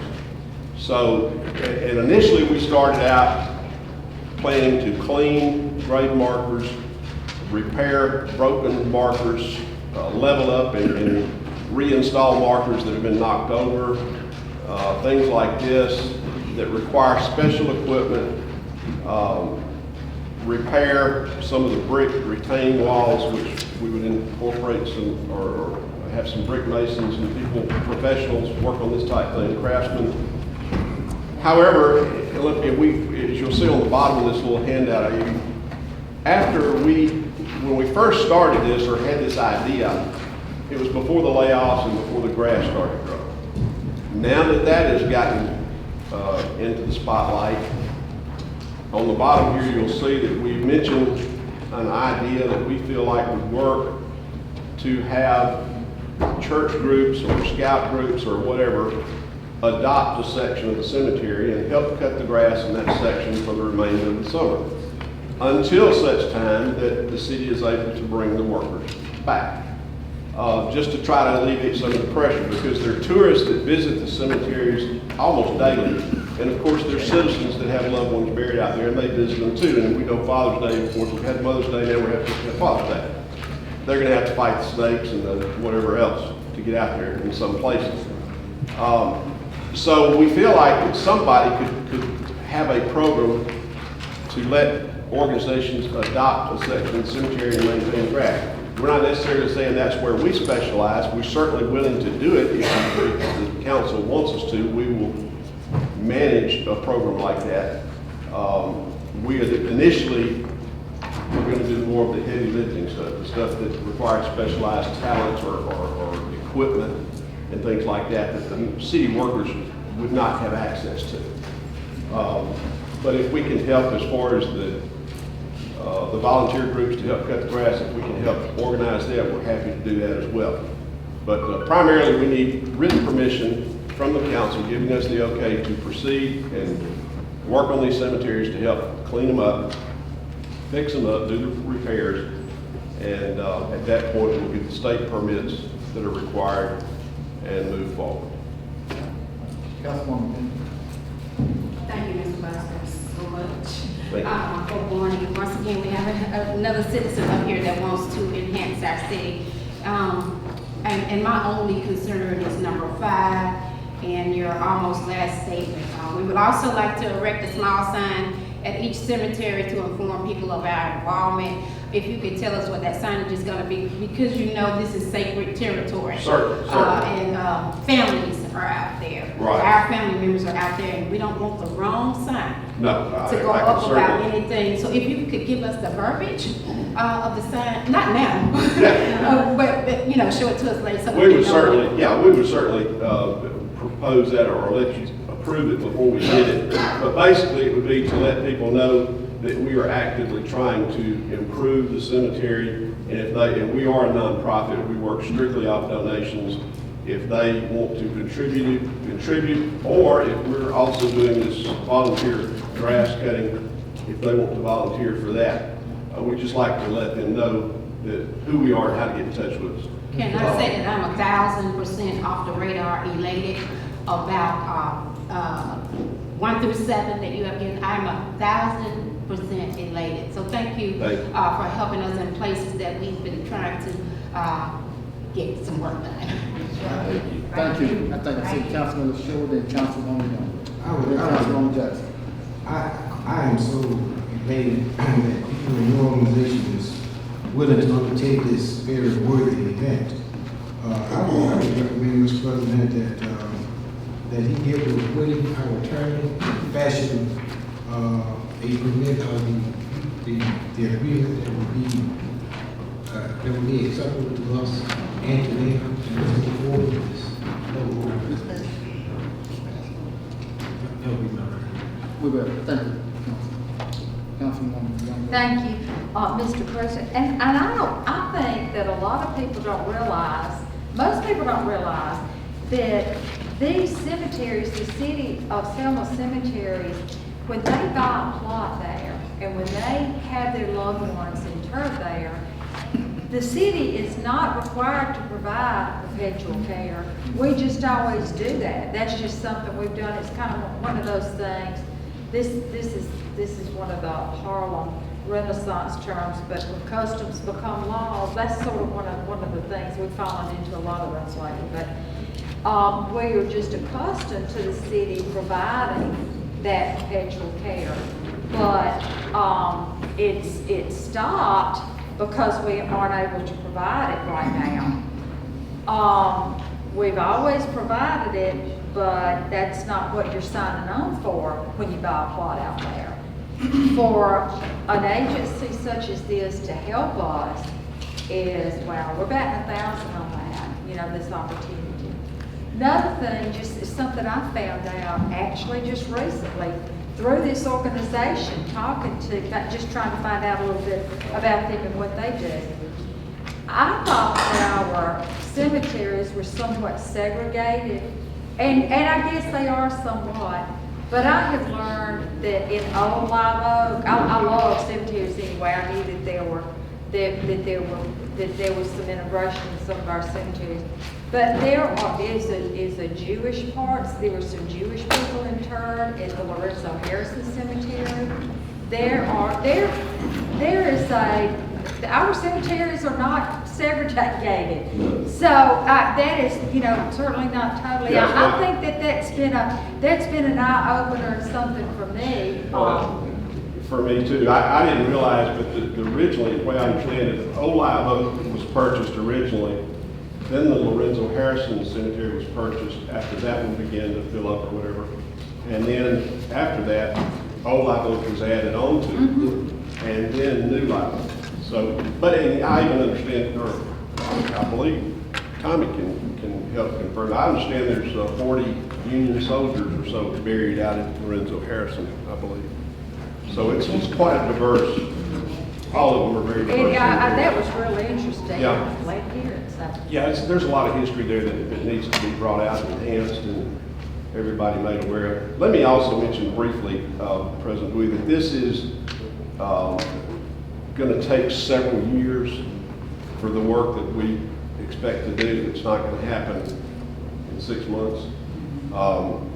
It's going to take several, 2, 3, 4 years probably. But we're committed to doing this if the city will allow us the opportunity. I think it's discussion. I think Councilwoman Jackson, and then we'll call for the vote. Thank you to you and your organization for being willing to assist the city of Selma in this much needed area. I concur with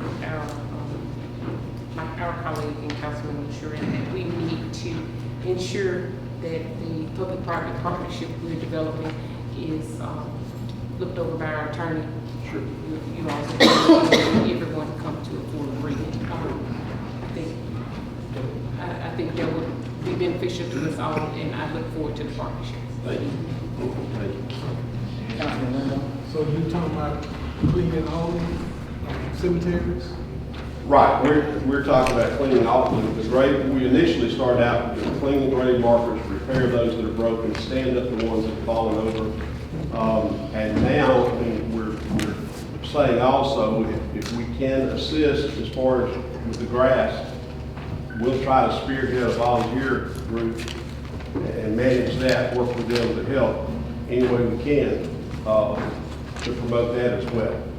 So, and of course, all this is at no charge to the city. We're going to apply for some grants, and of course, we'll be taking donations and things too. Councilman LaShaw? Mr. President, I move that the Cemetery Preservation Organization get with our attorney, Councilman Woody Jones, to prepare an agreement that we can look at and vote on at the next council. All right. Any further discussion? Thank you, Councilman LaShaw. Roll call? President Bowie? Yes. Councilman Bowling? Yes. Councilwoman Youngblood? Yes. Councilwoman Jackson? Yes. Councilwoman Benjamin? Yes. Councilman Randolph? Yes. Councilman LaShaw? Yes. Councilwoman Thomas? Yes. Councilman Johnson? Yes. Thank you, Councilman. Thank you, Mr. Bowles. Thank you very much. Yes, sir. Appreciate it.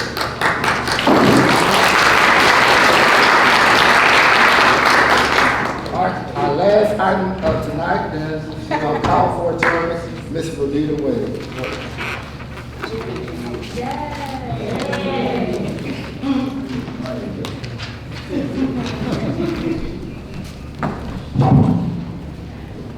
Good evening, council, citizens. I think where I left off in doing the report is April. So I'll start there and I'll try to be brief. Please. And in the words of Attorney Nunn.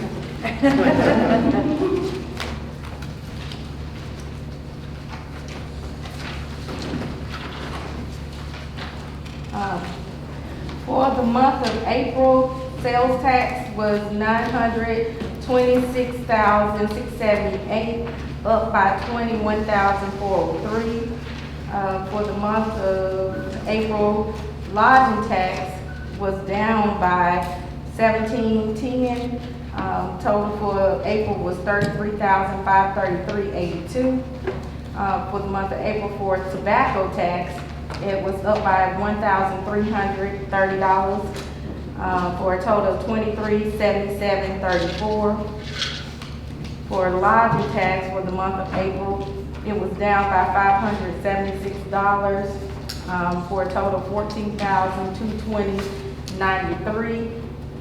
Sales tax for the month of April was up by $2,675.41 for a total of $115,834.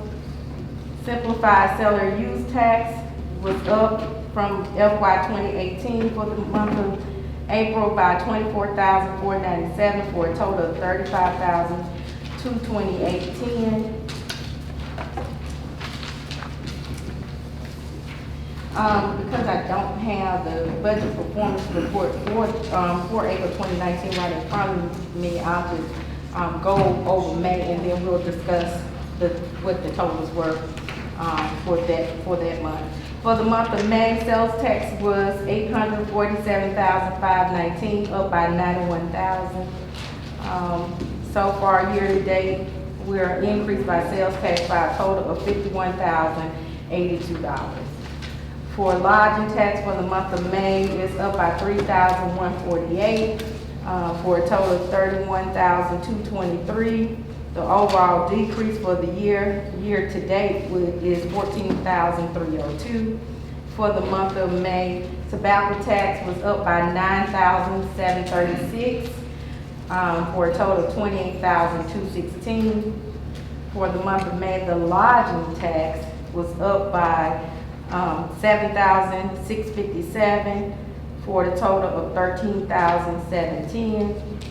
Half-cent sales tax was up by $11,003 for a total of $105,939.97. Overall increase for the half-cent tax that was collected for the year to date was $5,805. Council, if I could just go back over and this is before I begin to talk about the total expenditures year to date and for the month of May.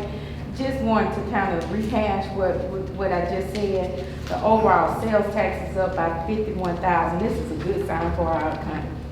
I mean, we're not completing the year, but to say we're overall $51,000 is outstanding. Lodging tax, we have been down. Of course, you know, we don't have the St. James, but there's other factors involved. We may not have gotten, a large intake for Jubilee this year for whatever reason. That may have had some effect, but, it does matter when we do have, events here and we have people come to town, so we want to increase our visit. We want people to come to Selma, so we want to continue to create that positive image because it does affect the revenue that comes here. Tobacco tax is up by 21,000, that's great, overall year to date. Lodging tax is up by 17,000 year to date. And as again, I said earlier, the sales tax is up by 5,805. And of course, we are finally getting our simplified seller's use tax, and it's up by 112,529 year to date, and that's outstanding. So that's, and if there are any questions on that before I move forward. Great job. Absolutely. Councilwoman. Just so elated that you're back. Thank you. I feel a little bit better with having you back in the seat that you belong in. I wanted to ask you, did you say that lodging was down for the month of April? Let's go back here. Yeah, for the month of April, it's down by 17%. Does it include all the March events, or does it go from March 20th to April 20th? I think it goes from March 20th to April 20th. You'll see what we did in March in April. We received that revenue in the month of April. Okay, because I was asking because we had no vacancies during the Jubilee weekend. We had no vacancies, and it would seem like it would be increasing. So there we are again, Mr. President, with our hotel and lodging reporting. I don't know how else to say it. I'm sorry. And that's something that we can request Avenue that's formerly RDS to come and do an audit on our hotels, just to take a look and ensure that there's nothing going on that shouldn't be, and that we are actually collecting our revenue. Sometimes it's the timeliness of people paying their taxes. So I'll get with Avenue and just make sure. And I'm not saying that there is, but I know that we had no vacancies, and we had to divert people to Montgomery. Absolutely.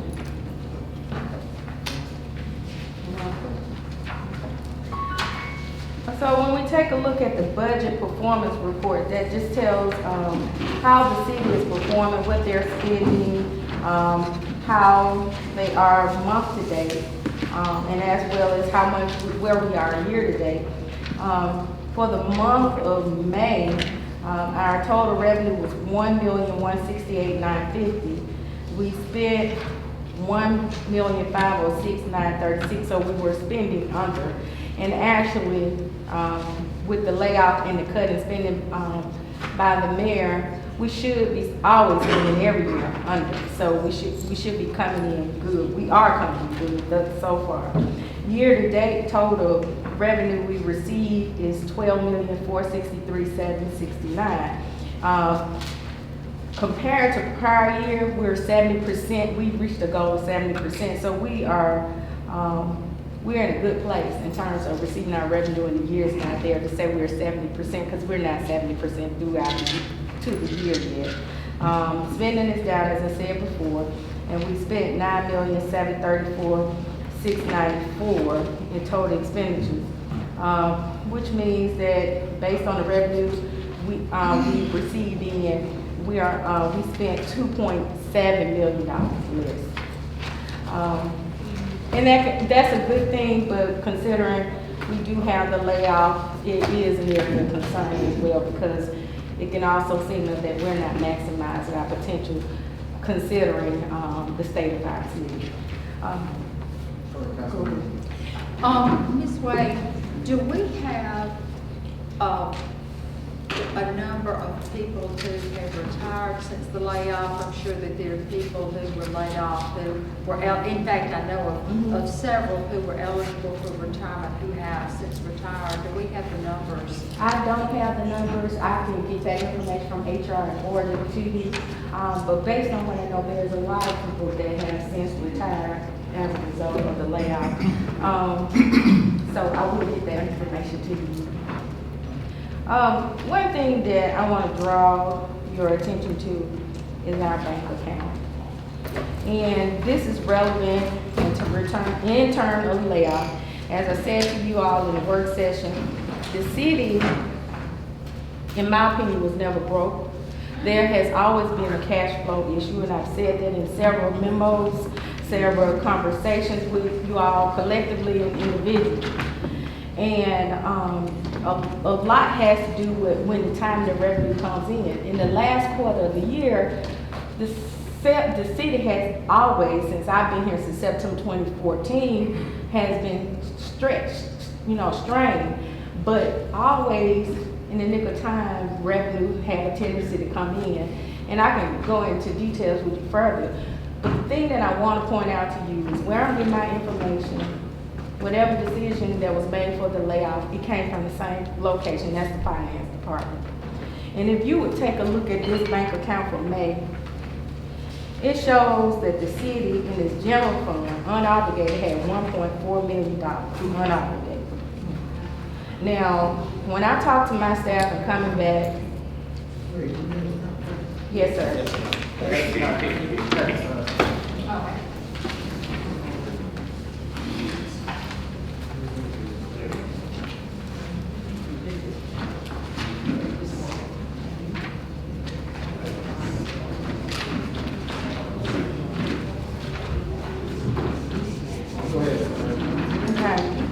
And so, I want to make sure I'm saying that correctly. So let me just bring back over this. Well, for this month, it's 875. Previously 1.4 million. But what I want to say to you about this is, we did a large scale layoff, and that was in the middle of November. From based on my finance staff, January, all the bills were paid. There were no bills outstanding as we would have it, where the initial claim was there were months and months and months of bills that didn't get paid. We still had continual bills coming out, but all those bills got paid. If based on my calculation or estimation, when you talk about what the effect that those employees had on the payroll, on average, it was probably about 20-some thousand additional every 2 weeks for payroll. So we'll say roughly about $40,000. So you just say that was in the middle of November, that's $20,000. And then you have December, that's $40,000, $60,000.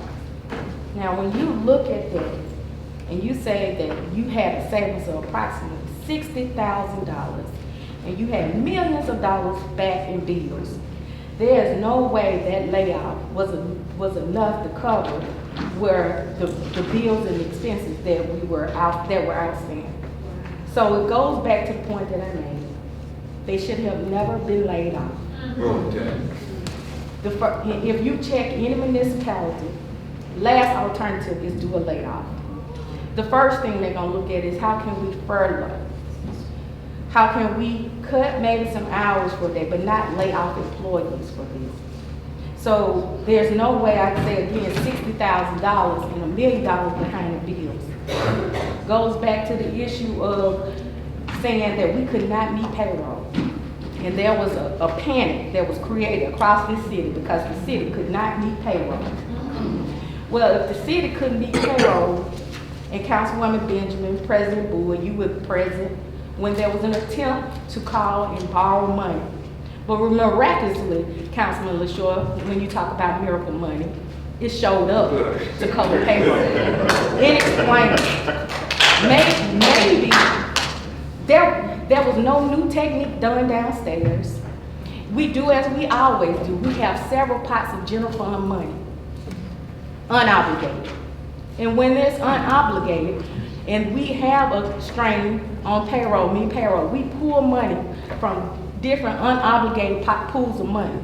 And we use that to cover our payroll. Maybe there was an issue with it. Maybe we needed $18,000 for the Brown YMCA, but they had ample enough time to contact council and say this is what our needs are. Just maybe, but maybe that didn't exist. I wasn't there, so I can't vouch for that. But I'm just saying, if you do the math, you'll know that that was fugazi. So my thing is, whatever information you give, I try to make sure that I can back it up and substantiate whatever I say. I don't know what information was used to make the decisions that were made for the city. But what I will say is my information comes directly from the finance department, and it comes from my staff. Any information is used, obtained, is from the New World Financial Software System. So, should this happen or occur again, I would like to recommend you all sit down and have detailed information and information that's substantiated better rather than a memo with somebody telling you we are in trouble. And if you take this package that you get every year, every month, you'll be able to go back and ask the right questions that will substantiate whether or not we're in trouble. Every city, there's a lot of cities. I heard saying we only have $675 in a reserve. That was money, cash left to keep the bank account open and cover bank charges for when we initially tried to establish a reserve under Evans administration. But what happened was cave-ins came out. So the reserves that you did have, they were used for the purpose of those cave-ins. I would also recommend that before we go and say we got to purchase new equipment, there's a thing that we did under the Evans administration, and that was called improvise. We contacted the state, as Councilwoman Thomas did. We contacted other municipalities, as Councilwoman Jackson did. And we found other areas to do with little to much common. And so when we did that, we were able to, when we looked at the spending, the council would come back and say, Ms. Wade, I need help. This is our needs, these are our emergency needs. Can you look back at the budget, look at the spending and see where we're saving so we can pull money out of those areas to cover that cost, and that's what we did. So those just are some recommendations and things that I ask you to keep in mind, so when the next time comes up, you'll be able to intelligently respond back and be able to substantiate what is told you by the information that's presented before you.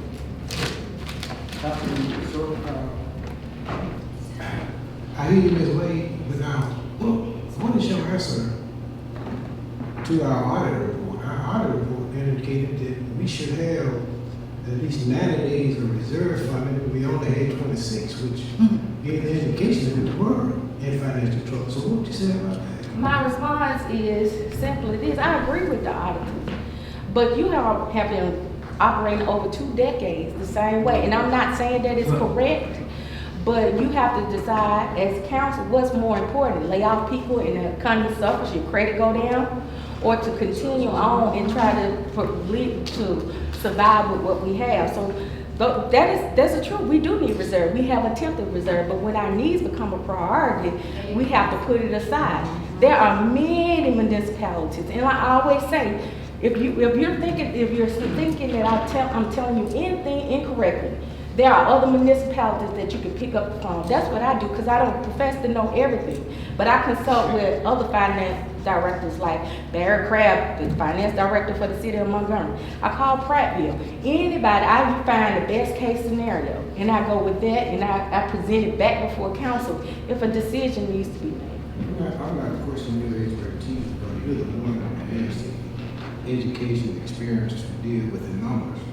But at the same time, I am a student enough to read audit reports and to know that there are indicators when there are some serious problems that we have. I know you haven't been back for long enough, but are you willing to go on record to say what our outlook would be for the audit that's being undertaken now? Would that improve? At this point, I can't answer you, Councilman Shore, because for 8 months I've been out of the office. I can't get. I'm trying to comb through and decipher what was done, trying to correct errors. So, but Councilman Shore, what I will say, if you just looked at the numbers that we have here, based on the numbers, provided that they are accurate and correct in the system, it shows that there are some improvements with the city. I mean, maybe not significant, but enough. Right, based. Right. But at the same time, you gotta understand, we only privileged to what's given to us. And in the month of October, I want to remind our colleagues that we received a communication that we had, I think, $2,000 in our general fund and $1.5 million in debt, and only expecting 800,000. So that would, in my opinion, be a long for concern. It would, it is true. Well, that was true. I'm not here to debate whether it was. I'm just letting you know what we received. But now, while I got the floor, let me ask you a question. On restitution, is there any way that you can get us a balance into what is owed by these people that is owed the city restitution? I see that. I mean, I see the final payments, but what is their final indebtedness to the city? I will check with Woody, because this is results of a legal matter, right, and see how we can find out what their balance was due and as opposed to what they've been paying. Okay. And one final question. The gas credit monies, I was under the impression that it would be coming from the Public Works General Services budget. Is that true? Somebody told me it's coming from gas tax. The grass cut, no, it's coming from general fund, general government. When you all approved the budget, there was a certain amount that was unallocated. They don't have that amount in front of me, but that was pulled from there. And I'm kind of glad you said that, because I'm sure you all got the letter that I sent you regarding the 3 positions that were not approved in the budget, but yet they're being paid. That draws area concern. I don't think I need to read it out for you, because I know you all have probably read it already. But I ask that you take action on it. I have presented it before you, and it is a serious matter, because like you said about cost saving and trying to get employees back, that's about $180,000 that we can't try to go towards hiring some workers back. I believe the 2 of these issues are dealing with lawsuits, so I don't think the council would be wise to even go down there and roll into this lawsuit and resolve. That'll be my recommendation. Any other questions for Ms. Wade? Yeah. Councilman Johnson. It's 2 things. Ms. Wade, if the mayor decides to call the workers back to work, is there any way we can handle that financially? Because right now, I'm being honest, Ward 8 is in a horrible site. I've been cutting grass out of my pocket. Matter of fact, I just had a fish pond cut, and it took them 2 days to cut around the fish pond. And that come out of my pocket, you know. And we are planning on opening the fish pond up on Thursday. Another thing I talked to you earlier this week concerning the funding of the recreation department. I think Mr. Van Dyven was down in the office, and I think we was talking about getting it done. I'm trying to get the swimming pool back open. We got a lot of help come from the Everbank Mission. I think that the mayor had put Mr. Van Dyven over the recreation department, and at the time, I think when HR and code enforcement was gone, so Van Dyven was here and there. I think we need to at least fund the recreation department, get that back on. I would say getting paid, but I'd like for us to put it on the floor to reinstate that part, because we need to get our kids back out there in the swimming pool. Get the, because right now, I shouldn't have to be paying to get the fish pond cleaned up and you know, paying somebody. Because anytime it comes to me, I got to pay. And ain't, you know. So right now, I really wish and pray that we can figure out how can we do this. As opposed to getting public works workers back. Well, I mean, my point is somebody, right now, somebody got to be in charge. And right now, We have a assistant director. Okay. And there's only 2 people with their work recreation right now, 2 employees. So Right. I mean, who will he be managing? Well, my point is this, but right now he was, I think was signing, you said you were not recognizing his signature. No, because legally, you all, the council, voted to not have a recreation director. If you, I think it's important that I bring this memo out, so.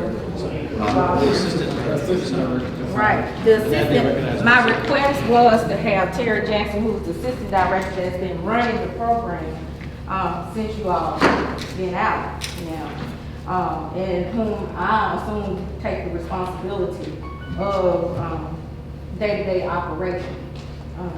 And so that's why I with Councilman LaShore there, who agreed that he was taken out of the budget, I told him that you're asking me to make a check payable to you for cash to give to the umpires, and you're not legally on the budget to be a recreation director. I don't know which direction to go on there. I need guidance. Okay, now, but you mentioned to me also that the mayor, I think, and he was the one that appointed Van Dyke as director. But I know that the council defunded it. What I said to you is I consulted with the legal municipality, and the attorney, Rob Johnson, stated to me that he could be, and I think Councilwoman Jackson, you can speak on this, he can appoint whoever he wants, but as long as they're not operating in the capacity of the recreation director and being paid, he's being paid as a recreation director. Which brings me back to this memo, since you brought it up, I think I should read it. And this is addressed to the mayor. It says the council approved and adopted the 2019-2020 Selma City budget during September 2019. In this budget, some positions were defunded, including the personnel director position, previously budgeted at $47,999 annually, and the recreation director position, which was previously budgeted at $68,000 annually. After reviewing the current year's budget and monitoring the city's bi-weekly payroll, I determined that these two positions were never defunded, but are currently filled. Additionally, there is a second police captain position with a salary of $65,000 annually that is currently in the payroll. This position was never established in the current year's budget. The city of Selma budget has continuously funded only one captain position in the budget since 2014. This captain position has been occupied since the previous administration. In order to pay these positions, please provide me with documentation where council gave you the authority to pay these three positions and how they are being funded. During my research, I attempted to find an approved budget amendment, but was unsuccessful. Please let me know if you have any questions or concerns. And I copied the council along with attorneys on this email, because when I began to try to start this, I had issues trying to get a payroll module with that, which is under finance. I couldn't get any information. My staff was told not to talk to me about payroll issues. And now when I get here, I find that there are things that's going on, and I haven't even scratched the surface. That has positions that the council did not approve. Now, if the 9 of you all want to vote and bring Sean Van Dyke on, I'm going to respect their decision, and I'm going to do based on the vote of council, but council's over finance. Well, let me ask this now. Right now, my concern is getting a swim pool over for the kids. We got overnight missions in the process of bonding the $5,000 they did for me for the last 6 years. Plus, they're going to do extra for the workloads that will be hired to run the swim pool, like the lifeguards and the cleaning of the pool. Right now, we need to figure out what can we do to make this happen. Speaking to the mayor, and he did say that, well, Michael, I appointed Van Dyke, I did not appoint no assistant. Now, right now, because I went to him and said, Mayor, we need to open this swimming pool up. You know, the fish pond, I talked to Van Dyke about the fish pond. And he said, we're going to open it up on Thursday. So I had the grass cut myself. The fish pond, that is my announcement, the fish pond will be open on Thursday. But it will be open up on a safe area because we do have a corrosion going around the fish pond. So we will rope off that area there. So right now the kids and everybody asking about the swimming pool. Right, so I understand what I'm saying, but we need to figure out as a body, as a whole, what we can do to get that swimming pool back over. We shouldn't put these children through whatever going on up here. They are hiring positions that are not in the budget as part-time. My understanding, y'all weren't gonna hire any more power. So I don't think it's a matter of, they're doing what they want to do. So it's not like it's something new that you gotta go back because they're doing it anyway. I don't know if you're aware of it, but that's been happening anyway. There's part-time people in recreation already. And so, and I haven't gotten the research to tell you each line item what it is, but I know that it's happening. There's a lot of things that's happening that I'm gonna be presented at before council. But my job is to make you all aware the decision is solely up to the council. Okay, but Mr. President, whatever it takes, and I wish you really look into this, that swimming pool need to get open up. You know, right now, we got, and plus, Right, well, I'm saying whatever it takes. Right now, we got money. It ain't like the city gonna pay for this. We got money, willing to give us to open swimming pool. Ms. Wade, could you help Mr. Jackson, whatever we need to do to facilitate as far as the financial side of it, so we know this money? Right. Yeah. Okay, right, I mean, this should be going through that, yeah. Contracting. Yeah, contract. Right, let's do that, whatever we need to do, so. Councilman Randolph, Councilwoman Jackson, Councilwoman Thomas, and then Councilwoman. Y'all have answered my question, just open the pool. Well, my question was, why do you want to bring back Mr. Van Dyke? I want the pool. But- I want the swim pool over. Why do you want to bring somebody on across all this problem, don't know that? And you want to bring them back, somebody work the pool, just to open up a pool? I truly believe Mr. Jackson can do that job, you know? We don't have to bring Mr. Van Dyke back and pay him $6,000 to $8,000 to open up a pool. That is crazy. And you got all these folks, 6 to 8 people still laying off. That's not right. Well, let's bring them back. All right, Councilwoman Jackson, then Councilwoman Thomas, then Councilwoman. Ms. Wade, thank you. Let me say this. As a woman, you'll understand that we wear many hats.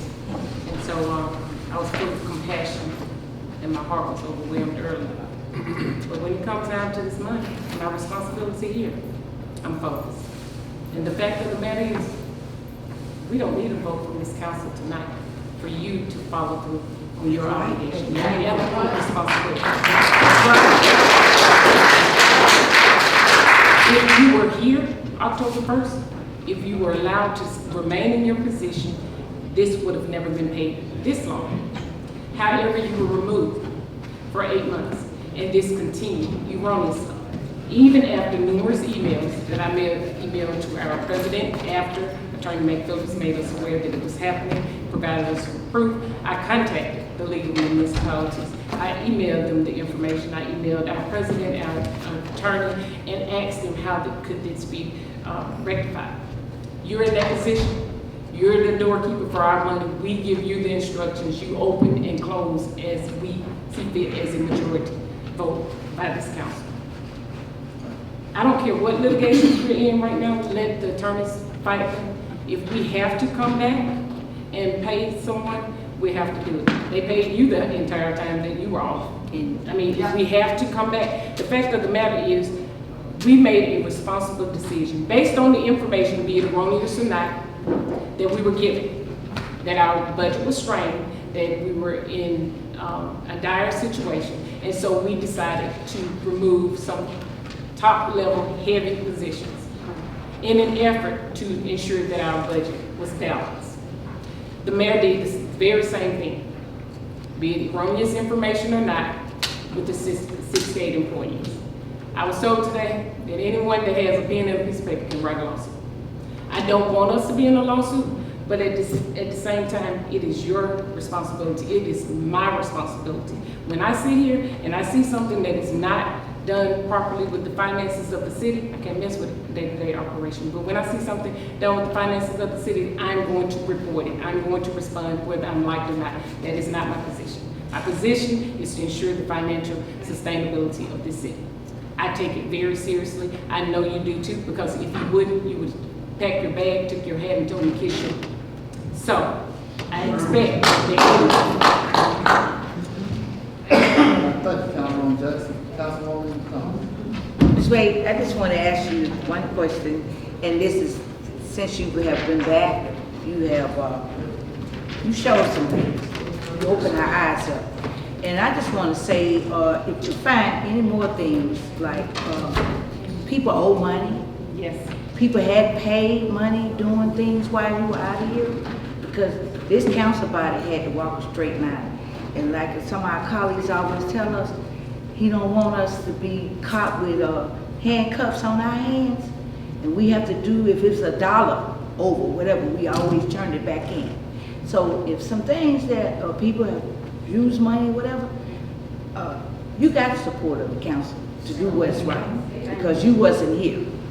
And a lot of things, I feel that you know what you're doing. Like I come and ask you before we decide to do anything, can we do this? Because our city has been in dire needs of some things. And I appreciate your help. Councilwoman, thank you, Councilwoman Thomas. Councilwoman Benji, Short. Okay, so basically, the councilwomen to my left have said basically what I wanted to say. You don't need our permission to do what's right.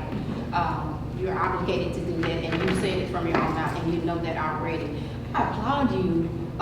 You got into the predicament of being at home because you said no to someone who could actually, and they were thinking they could fire you. You said, no, I cannot do this, and I will not do this without documentation. And those of us who go on and do whatever we need to do with documentation are scrutinized. And here now, you are combing through things, and I saw your email that you sent us. I saw your email, and I'm gonna ask you about that email. I'm gonna ask you about that email on tomorrow. And so now, here we are in this situation that we are in, and all of us who spoke, let's do the right thing in the past, speak, let's do the right thing now.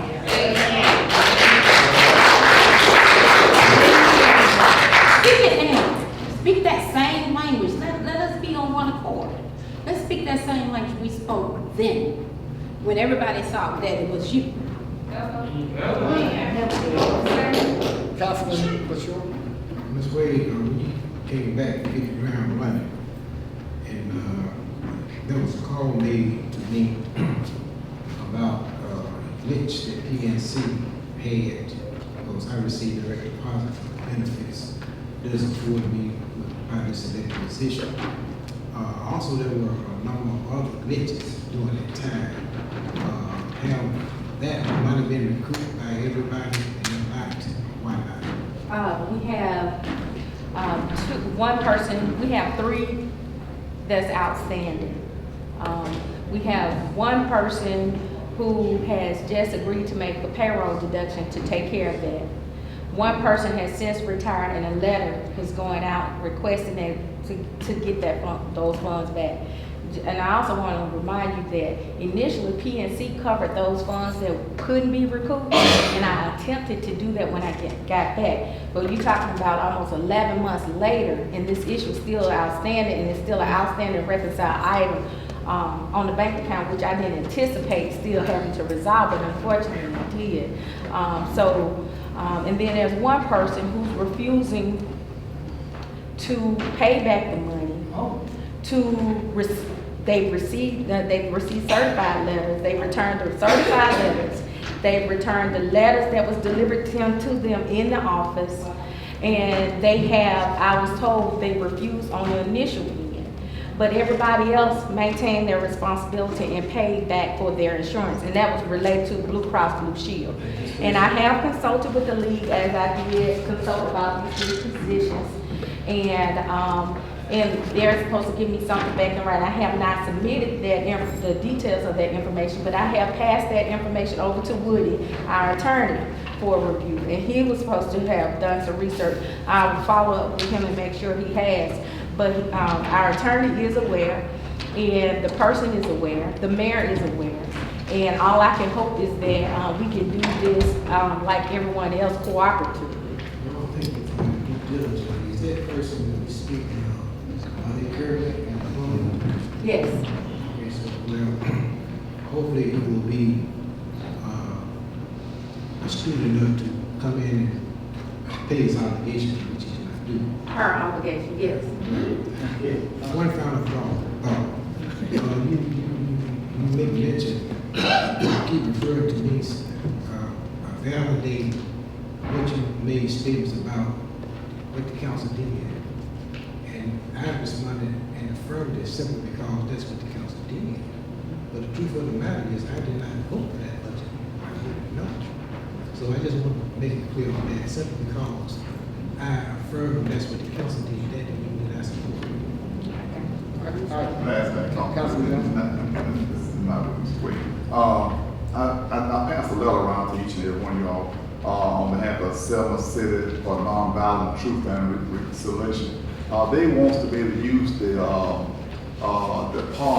around the track out to the stadium, event for the kids, which will be coming up in some weeks, and they want to know can they use it. There's no fee for that. It's just first come. I just want to make sure. I also want some water, and I did talk to Terry Jackson that they're going to do a water slide and stuff out there, but it's like the water. Okay, but we will be able to get the water fixed out there. I think there's a bust pipe out there.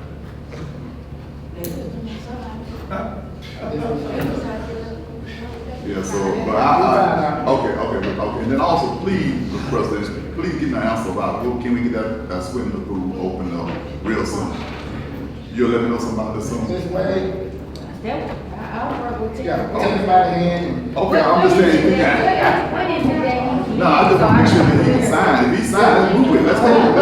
Councilman Johnson, for the record, I've asked Terry Jackson on several occasions. And he don't want to sign? He said he was used to Sean Van Dyke signing, and I told him Sean Van Dyke is not on record as recreation director. He's responsible for any cash. If you all have not acknowledged as a recreation director, but you expect me to pay a check to a man that you're not, that's supposed not be on record.